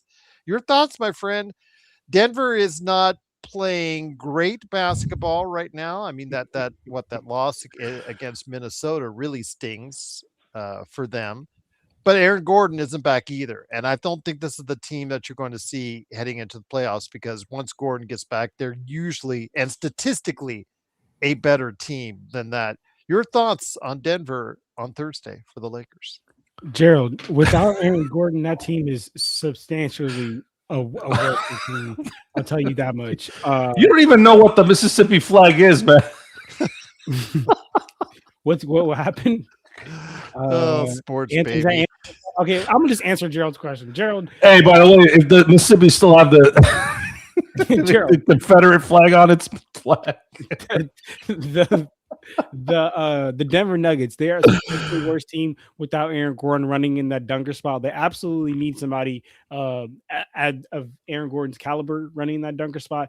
But he's versatile, especially on the defensive end, right? And he's been hitting his threes the past this season, the past season, right? So him not being there, Gerald, makes me feel a lot better. But the biggest problem is we don't know what game we're gonna get from Aiden, and we know Hayes can't hold Jokic. I mean, nobody can really hold Jokic, so it's just gonna come down to how disciplined are we with those back cuts. I feel like every time we play Denver Nuggets, we're just getting I mean, sorry for my language, but like molested on those backdoor cuts. Like it's something crazy every single time. It's a backdoor cut. And that usually happens because we send the double to Jokic, because we send a triple team to Jokic. So shit, I'm expecting more of that, being that Hayes can't hold him, being that Aiden can't hold him. But if we get a big game from Aiden, makes me feel a little bit better. The fact that they don't have and the fact they don't have Aaron Gordon, but realistically, Gerald, probably, actually, I'm always going to lean towards my team winning. Why would I lean towards my team not winning? I'm going to go to my team winning, even if it's there. You go. One thing I do want to ask you, though, before you get back to Joe, because I already think I know Joe's answer, because Joe and I are not on Vando Hill, is I love the fact that Spectrum actually showcased a little moment of Vando on the bench there. Oh, that's great. Why'd you do that for Maxey? He's the one who played a good stretch in the last game. Didn't get no love this game. Or the rookies or the young players. No, but you focused in on Vando. Your thoughts, my friend, on Vando getting DNP'd for the second straight game? Because just like earlier this season, looks like he's in the doghouse once again. Gerald, I'm trying to play the best players. I'm trying to play the best players that fit our system, to win. I think we were playing him out of necessity. I said it last stream. I would way rather have a knockdown shooter, even though it's on low volume, a knockdown shooter in Luke Kennard catching and shooting that in the corner from a Luka, because Luka drives to the hoop. He beat his primary defender, kicks it to the corner. I'd way rather have him instead of a Vando out there. So yeah, I'm glad Vando's getting DMPs, to be honest with you. And when we need him, we'll bring him out. But I don't think we haven't needed him, to be honest with you. I think we will continue won't. Joe, you feel the same way? 2 DMPs in a row for Mr. Vanderbilt. Again, El Rosto, there's actually a contingent, El Rosto and Parjeff, others that are really still high on Vando, what they think he can do. Again, as a team defensive player, as a guy who can create havoc at times, energy, can rebound, but it's just those times when his offense starts to go away and the mistakes start to happen that get magnified with him, and this offense starts to go away. You could see it. And the last 5 games he played, his prominence and his role got less and less. And with Kennard being here and Hashimura coming back from his illness, I just don't know where he is going to be able to fit in unless they really need a boost like they did last time around. They tried to go ahead and resurrect it, and which worked for a little while with Vando playing some really good ball, but it looks like they might have to go to that again for him to play well. Yeah, the issue right now is really with Kennard being who he is, it's made it easier for JJ to not worry about the forward position. JJ's biggest concern right now is what are they going to do with DeAndre Ayton? That's the tragedy in that. If he doesn't wake up, this team is going to probably get beat in the first round. They need him to be something, and he's just not. He wasn't there in the end, by the way. Jackson Hayes was towards the end of the game today. That's Joe, not a good sign. That's how I know you don't listen to me. I mentioned that earlier. Yeah, it's sad that I have to mention it first in front of everybody. No, Joe, because John never said anything about it. And yeah, it's sad when I have to be the first one to say things that no one else said. I was just reiterating what happened. Aww. I didn't say I didn't listen to you. Well, the Lakers, as is noted on Twitter, are heading into a stretch with 6 of their next 8 games. They're going to have to win a lot of these games because the road trip right after that is probably going to be the make or break in terms of seeding for sure. 6 of their next 8 guys are against teams with a better record than the Lakers, and we know how well they've done against teams with a better record than they have. Pretty bad. John, any thoughts on that, my friend? Very bad. We do not play well against teams that are 4 wins, I think, all season against teams. Yeah, we play very bad against teams that are elite, Gerald. Which is why I'm so happy we ended up getting this win against the Pelicans, because I don't know if y'all remember, but on the last post game, I said these last 3 wins, like the Pelicans, Kings, and Warriors, these are all just bolster wins. Like this is just to bolster the win column but because we're a far better team than all these teams, and we still almost fucking around and lost to the Pelicans. Can you believe that? Legend, a big shout out to you, my friend. I know you're in the chat. I hope she feels better, good, my Legend. friend. I'm really sorry to hear that. Yeah, anytime you're always welcome, my friend. But just my best thoughts to you and your family, and to your girl out there as well. Hopefully, she gets better soon. J1 says, can Ayton opt in and be here next year, or is he free agent? Well, if he opts in, JY, it's $8 million. It's easily tradable. If you don't like what you have, you can trade him out in the summer. I'm not worried about that, because if he can become a free agent if he thinks he's going to get more money. Joe has said he thinks he's going to get like a 2-year, which is not unrealistic, 20 or $25 million deal. But if he doesn't think he's going to get that, JY, he can opt in, but that doesn't mean necessarily he's going to be here at the end at the beginning of training camp. He can be traded at any point in time as soon as he opts in, and he'll opt in just before free agency and a crucial time for the Lakers to make some real hardcore personal decisions, Joe.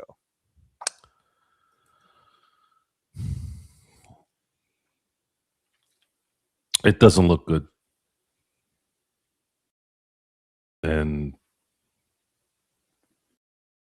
he needs to switch back to what he was doing at the beginning of the year. Otherwise, this team is going to it's going to be that much harder for them to do what they need to do to make a run. And there's going to be a team out there that's going to give him a $10 million a year contract for a couple of years. So I'm not worried about him opting back in. I'm expecting the worst with him because he's not someone I trust at this point. He is, in a lot of ways, worse than Vando. At least Vando isn't a mental midget in terms of like team chemistry type stuff. He just is not good enough to play on a regular basis. He makes too many fundamental mistakes. Can't really shoot, can't really get to the basket, can't catch, can't screen correctly, can't do anything really. That he can't really guard anybody, which is really what he was supposed to be doing. If he could at least play defense, then you could probably work around it a little bit, but he just isn't a smart basketball player, and this team cannot afford to not have somebody smart because this team already has a tendency to be lazy mentally. When you're watching the game at the beginning of the game, watching tonight's game at the beginning of the game, it's like, dude, what's wrong with these guys? Why do they always play like this? Once in a while, okay, I get it. It's a game 54 in January. I get it. Fine. You're just not feeling it that day. You're on a fourth game in 5 nights. Okay, I get it. You're kind of beat up, but it's always like that. It seems they just think they can just kind of show up sometimes, and you're not a champion to be thinking that way. You got to be thinking every game matters, and you got to be thinking, we got to get ourselves mentally ready now. You have 21 games left. 3/4 of the season's done. It's time to get your shit together now. Get your shit together, and then and DeAndre Ayton, I'm talking to you. Start making them damn 4-foot shots that you used to make back in the day. Why is he missing these shots now? That doesn't make any sense. That was the one thing I was thinking for sure he'd never have a problem with. Having an attitude, maybe not playing defense the way you want, fine. But at least can you make the shot that you're supposed to be making, the shots that I saw you make over and over and over again when the Lakers played you in 2021 in the playoffs? Dude, he didn't miss that shot for 5 fucking games. Anyways, that's my thing with that. Fuck DeAndre Ayton. Not yet. Not yet. Let's see what happens. Well, today he was 13-8. That's basically his stat line for his entire career, including this one. 13-8, 6 of 8 shooting. Okay, it's all right. But let's see how he does against a real center, John, because that seems to be the issue. When it's against real centers, real height, real talent along the front line for the other team, that seems to be an issue with DeAndre Ayton, and he goes cold, he goes silent, and he goes invisible, and that's when we need him the most, John. Yeah, he's soft. I mean, he chooses when to try, chooses when not to try. He's not he's not a starting caliber big. I mean, let's be real. He's just not a starting caliber big, not the big that we need. And it's sad because it was like, man, at the beginning of the season, like, if anyone's gonna turn this guy around, it's gonna be Luka. And shit, Luka has done all that he can. Luka sometimes throws some passes. He had this one pass to DeAndre Ayton today that I don't think people really understand how hard that shit is. He had his one hand damn near was tied up behind his back because he was like holding the defender. He dribbling with his right, picked up the dribble and just threw that bitch to Aiden. Aiden, perfect lob. Yang it. Like, but Aiden doesn't put himself in positions to do that enough. He doesn't roll hard enough, doesn't protect the rim hard enough. And to Joe's point, he doesn't even finish the little shots that he made his bread and butter off of. But man, where we at? That's where we're at indeed. But John, before we head on out, I know you've got something going good at Lakers Corner, my friend. Yes, please check me out, you guys. Lakers Corner on YouTube. I do 3-minute game recaps. I do weekly show. Please do check out also my Instagrams, Lakers_corner. I am trying to get to 8,000 on there. We're at 7,000 right now. Check out my TikTok, which was going fast but slowed up, baby. It slowed up. Right now I'm at 7,444. So check me out on there as well. I'm at Lakers Corner 24. And Twitter, where I just rant throughout the game. But anyway, you guys, I appreciate you guys being here. Everybody in the chat being here, and Joe, my dogs. No, Carino, no, you're right on the money. This is who he is. He's lacked motor his entire NBA career. This is the DeAndre Ayton experience. Although Portland and Phoenix suffered worse because it cost them more money than what it cost the Lakers. And that's the thing. The expectations for me weren't that high because I've already seen throughout his career that this is what you get. And Joe, again, before we head out, A, do you have a experiment and coming up before you leave? And B, do you want to enlighten our Carino a little bit more about the DeAndre Ayton experience? I don't know if I'm going to have an experiment yet because I'm going to be traveling to Arizona on Thursday. If I have something tomorrow night, maybe, but I might be out tomorrow night. I apologize for the delay. It's been a few weeks here, but I'll get back in the saddle of things here in a few weeks. DeAndre Ayton, sometimes in life, you have to just accept those people who are who they are. Because we talked about Kobe and his competitive drive to always be the best, and that's something that I don't know if Ayton doesn't have. This isn't comparing the two, but because DeAndre Ayton, unfortunately, is for a number 1 overall pick, he's a bust. Fact. It's not even a discussion at this point. Even deep down in his soul, he knows that. Especially with a player like Luka in that draft. Hell, even Trae Young to some degree. Those guys should have been 1 and 2. Jackson Jr. Just a lot of talent in that draft. The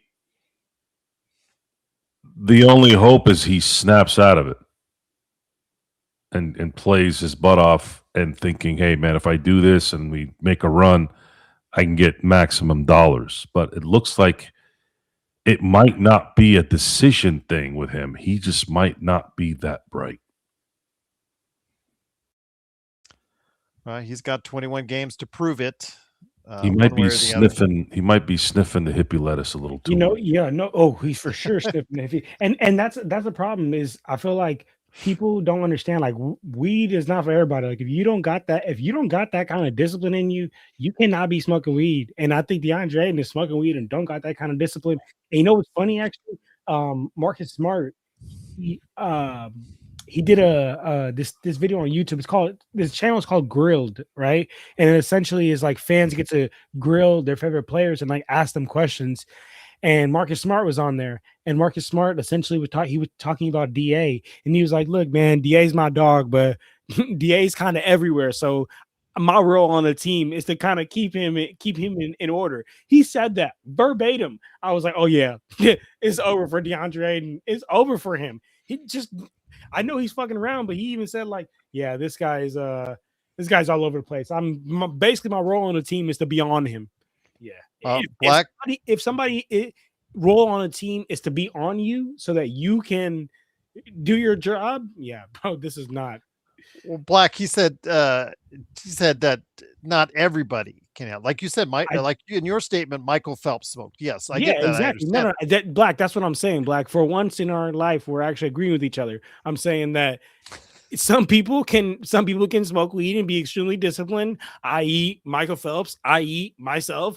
But some people didn't he smoke because he needed to eat more and he couldn't finish. Who Phelps or DA? Phelps needed to smoke Phelps weed. needed like 4,000 calories. Yeah, he needed to eat like because he swam so much he was turning in. Yeah, he'd turn into nothing if he didn't eat.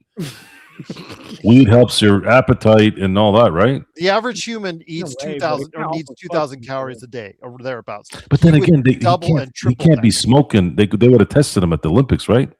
So he wasn't smoking then. No. I mean, I don't know what he was doing. Because it's not a legal substance with the IOC. It isn't? I don't believe it's a legal substance with the IOC. I don't think it is. I don't. I'll check on that just to make sure right now. But John, that's what I think. That's what was going on. But yes, the DeAndre Ayton experience is something obviously we have to explore more. But yeah, it's been an experience so far. In essence, John, he is looking on the stat board and everything from what we're seeing. He is looking like Clint Capella more and more each day. Yeah. Oh wait, who? DA? Yeah. Not a prime Clint Capella. 13-8. Clint Capella was quite often 13-8 throughout the course of his starting career in Atlanta. Yes, but numbers are not everything. The way that Clint Capella was playing was that's kind of how we need DA to play. Roll with that kind of intensity, protect the rim, and be a pick and roll lob threat. He's not even really doing that. I'm looking up for it's not legal. Snoop Dogg. Definitely Snoop Dogg. This is just a nightly occurrence, guys. Yeah, the International Olympic Committee has maintained a strict policy against cannabis, which includes THC and is prohibited in all competitions, Joe. So, anyway. How do you know that, Black? Dun, dun, dun, dun. Well, I think he said that. I think he said that previous, but yeah, like you said, he has to detox for 30 days, et cetera, et cetera. So. Yeah, also, if you're not smoking too often, like you can smoke one time and that shit won't be in your system the next day if you're not smoking often. How do you know? How do you know? Oh boy, Joe. I used to do it all the get arounds back in the day. But then thank God for Zoom, corporate America. They don't care what you're doing. They just want you to get to your quota. They kind of care. Gone down the toilet. If you show up on a police, if you show up on a police blotter, John, they kind of giving me is not down the toilet. Okay, John, if you show up on a police blotter the next day, I think Zoom is caring what you're doing. If I show up on a what? For lack of a better, if you show up and you commit a crime and you got your mug shot right there, they used to call it police blotter, but if you commit a crime, you're on smoking weed mug shot. Yes, Zoom will care about it the next day for sure. But smoking weed isn't a crime. I said cannabis. Cannabis. That's its name is cannabis, sports baby. Did you not know marijuana and cannabis was kind of the cannabis is not a crime though, Gerald. Probably line one up with Eric Yuan himself. Tingus Pingus is, you know what Tingus Pingus is. Tingus Pingus? Who the fuck is Tingus Pingus? Yeah, that video is so funny. That video is crazy. But again, it is, of course, the Lakers fast break. I think we've put to rest as far as the IOC's rules on cannabis, something like that. But it is, of course, the Lakers winning 110-101. We'll be back on Thursday, at least John and I. Hopefully we'll be back. All goes well on that. Joe is going to be in transit at that point in time. So if he does come on, it left a warning to you. He can't yell at you with the video. He's going to have to yell at you from mobile if he comes back on. So no, I say cannabis. All right. Anyhow, Joe, you're on mute. Harold and Kumar movies are grade A comedy movies. I highly recommend them. I only watch basketball movies. I don't want to hear your excuses. I only watch basketball movies. You've Mike. Not seen a Harold and Kumar movie at all? Mike is a good movie. Space Jam is a cool movie. Above the Rim is a fucking great movie. He Got Game is a good movie. That's another good movie. What are you gonna start talking about Casablanca too? Like how many of these movies are like from 50 years ago? Like Mike is like younger than me. Like Mike. I don't want to hear your excuses. Anyway. Well, if you see him and he yells at you left, let us I'm know. not yelling at you. I go left. Or I go Like right. Mike came out when? Like Mike came out. 2002. Yeah, come on, guys. I was born 2002. in 98. Let's be real here. Dude, you were like 3. How the hell do you remember watching it? Because I had a brother that was born in 94, and I was doing everything he was doing, and I just remember, and there were so many like Mikes too. I don't remember what I did yesterday. You know what you were doing at 3 years old? I remember vaguely. I remember very Vaguely? I remember very distinctly the 81-point game. I was actually just telling Mark the other day. Yeah, but that's different. You were 6. 9. No, I was 7 actually. 7. But anyway, I thought you were born in 99. I was born in 98. The Harold and Kumar movies are of their time, but they are very funny. Wouldn't you be 10? Oh wait, Yeah, 06. Never mind. It happened Gotcha. in 06, Joe. Sorry, gotcha. Yes. Anyway. All right, guys. Well, this is the Lakers fast break. I'll be back. Hopefully, John will be back. Joe, if you can't stop by, will be on the road. Air Bud. Oh my gosh. Air Bud is a good movie. I like Old Yeller. But Especially the ending. Black said like. Hey, did I tell you? I told you guys a story. I pissed some lady off on Facebook. Oh, Joe, how did you do that, Michael? Some lady's like, "Is there somewhere where someone can come to the house and euthanize my dog for a cheap price?" By the way, it's expensive. By the way, to take a dog out. So I said, "Why don't you just Old Yeller it?" And then there was a half a page of people pissed off. I'm like, dude, this was what they did for billions of years until about maybe 30 years ago. Why are you getting mad at me? That's what they did. Jeez. Sensitive people and their fucking dogs. No, I'm not yelling at you. Fuck them dogs and them kids. Yeah, fuck them kids and dogs and answer- cats and shit. SB, to answer your question, again, it's still listed as a mystery illness with Kristaps Porzingis. I guess the POTS, that's the short name for it, the postural orthostatic tachycardia syndrome diagnosis that Steve Kerr provided at one time. He had to walk back, so it's still a mystery illness for Kristaps Porzingis right now at this point. So there you go. All right, capper on the Lakers winning 110-101. We'll be back on Thursday with the post game.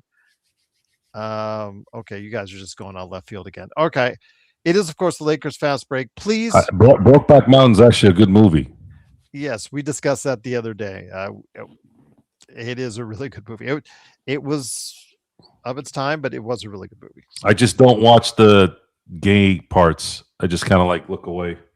There's not a lot in there. It's only like maybe 3 or 4 scenes. So it's 2 guys acting, Joe. Goodness gracious. I can't look. Listen, the story is sad. The story's good. I like the cinematography. It's a great movie.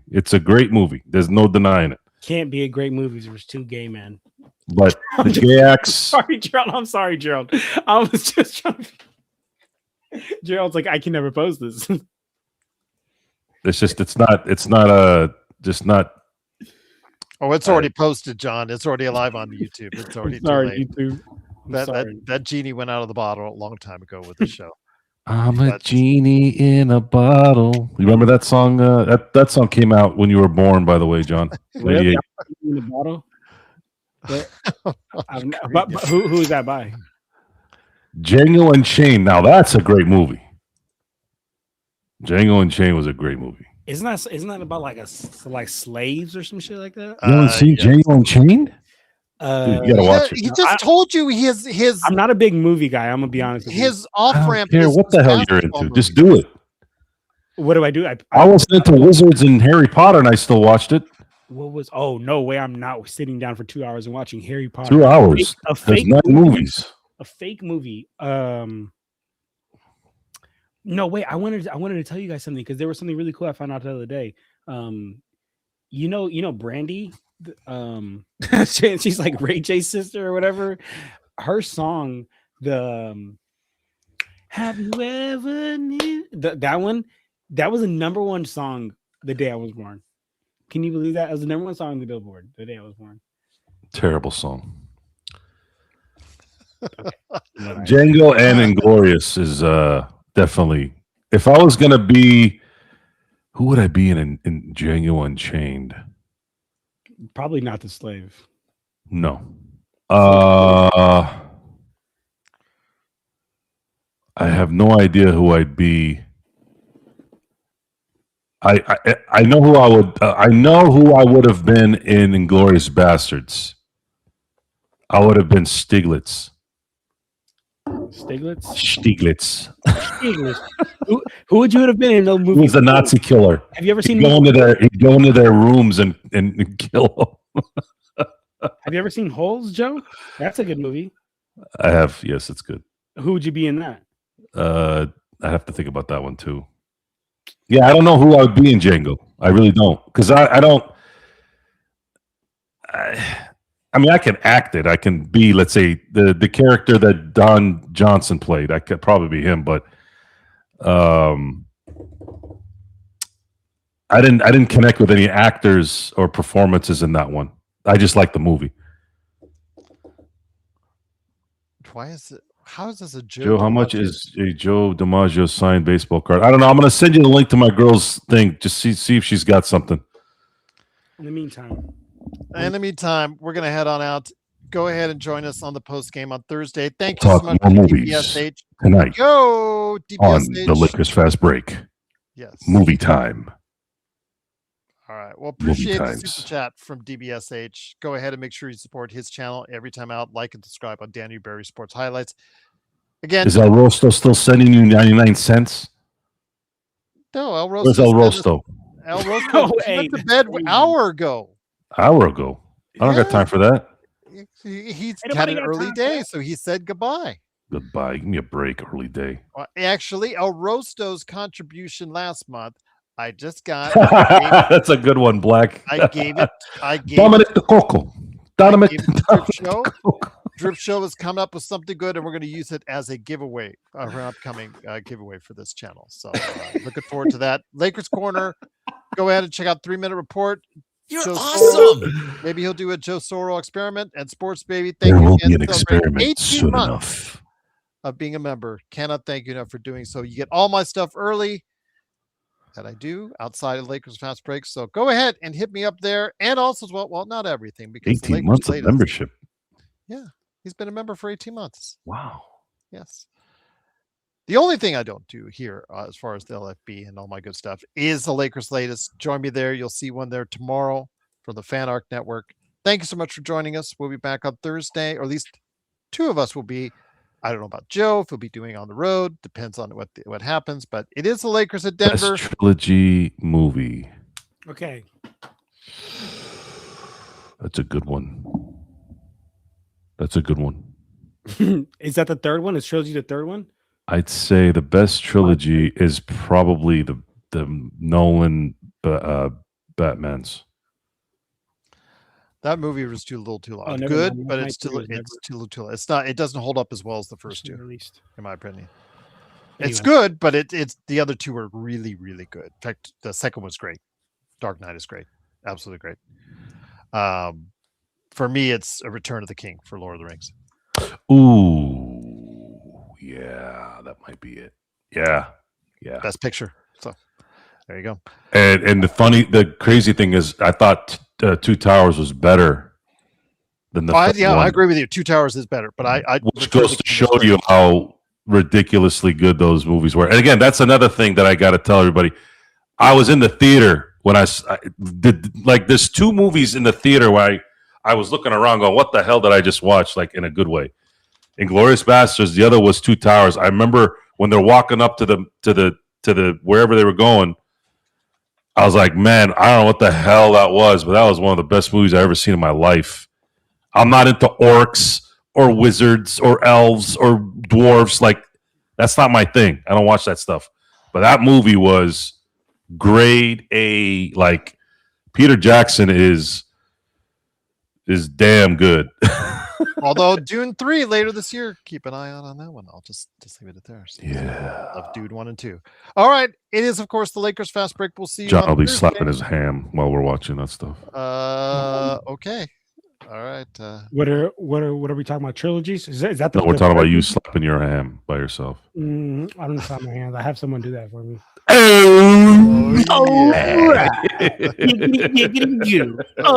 yeah. From AC Green to that. Okay. AC Green. Giggity, giggity, goo. All right. Gerald, I have a Return of the King. Yes. Yes. Please. Thank you. If you can. Yes. Drip Show, you're the best, my friend. Yeah, you know I'm You're a big just saying that left on base to piss me off. You don't mean that. There's no way you mean that. Fast and Furious is the greatest movie. No. Come on, left on base. Come on, left. We like you, left. You're back on our good side. No, come on. Don't end up like Left Eye. No. Nothing beats the original trilogy. You mean dead? Star Wars. Andor was great. Andor's great. Andor is the best thing since the Star Wars original trilogy, and I'll just leave it at that. I love. I actually. There's a legitimate argument that Rogue One is my favorite Star Wars movie. Rogue One is better because of Andor, and I'll leave it at that. So if you got to watch that series, it's an excellent series, and I'll see that.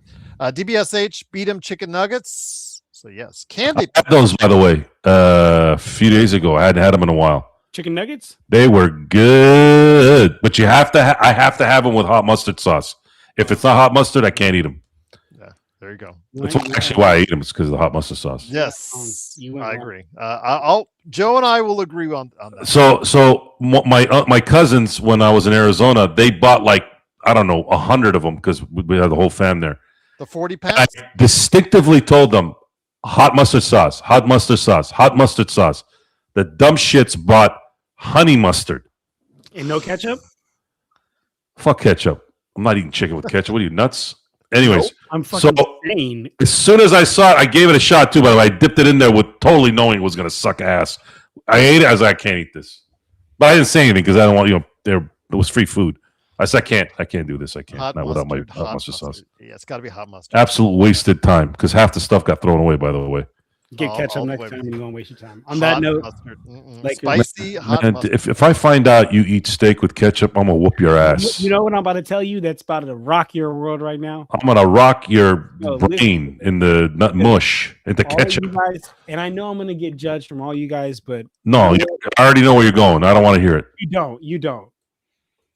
Don't judge me until you try. I already judged you. I'm a judge. I'm a judger. I don't waste time with that bullshit. Ketchup on your pizza is going to be a game-changing move.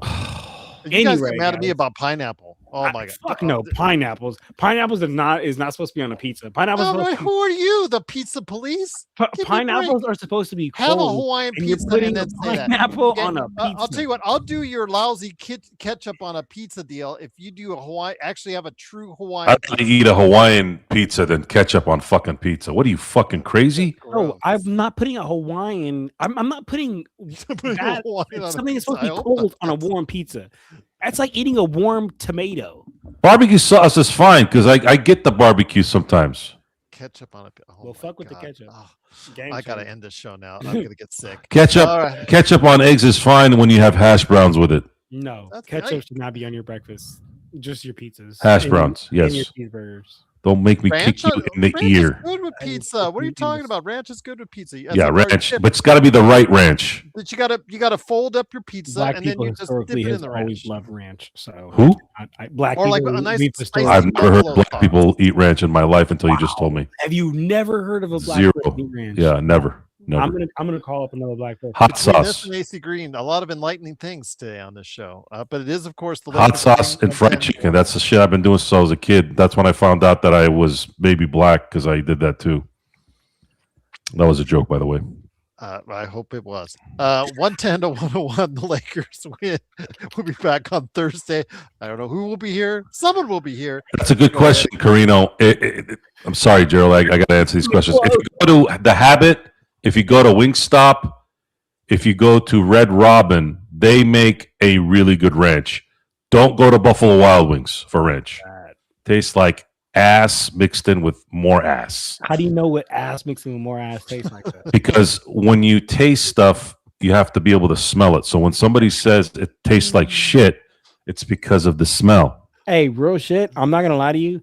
This thing that Black just said is probably the most accurate thing he's ever said in his existence on this earth. Nothing beats ranch from Wingstop. 100% agree. Yeah, dude, I could drink that shit. Not wings. All right. Yes, Ketchup on pizza. What do you- Natural. all right. No, it's not, brother. Try it. You're the one that putting ketchup on pizza and you're cracking on me? Try it. Just try it.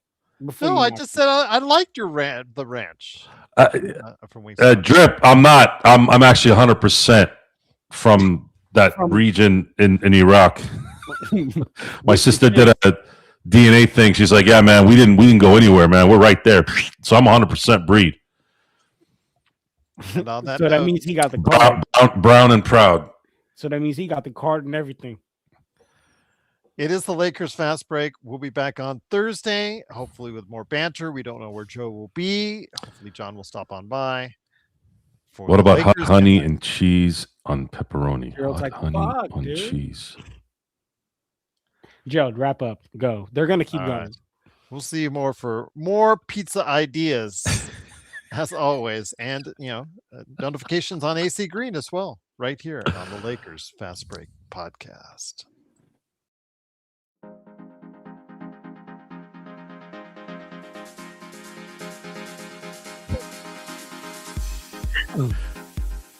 Ketchup on. Take care, everyone. Have a safe trip, Joe. Thanks, Carino. Appreciate it. So you're not Haitian? Try that ketchup.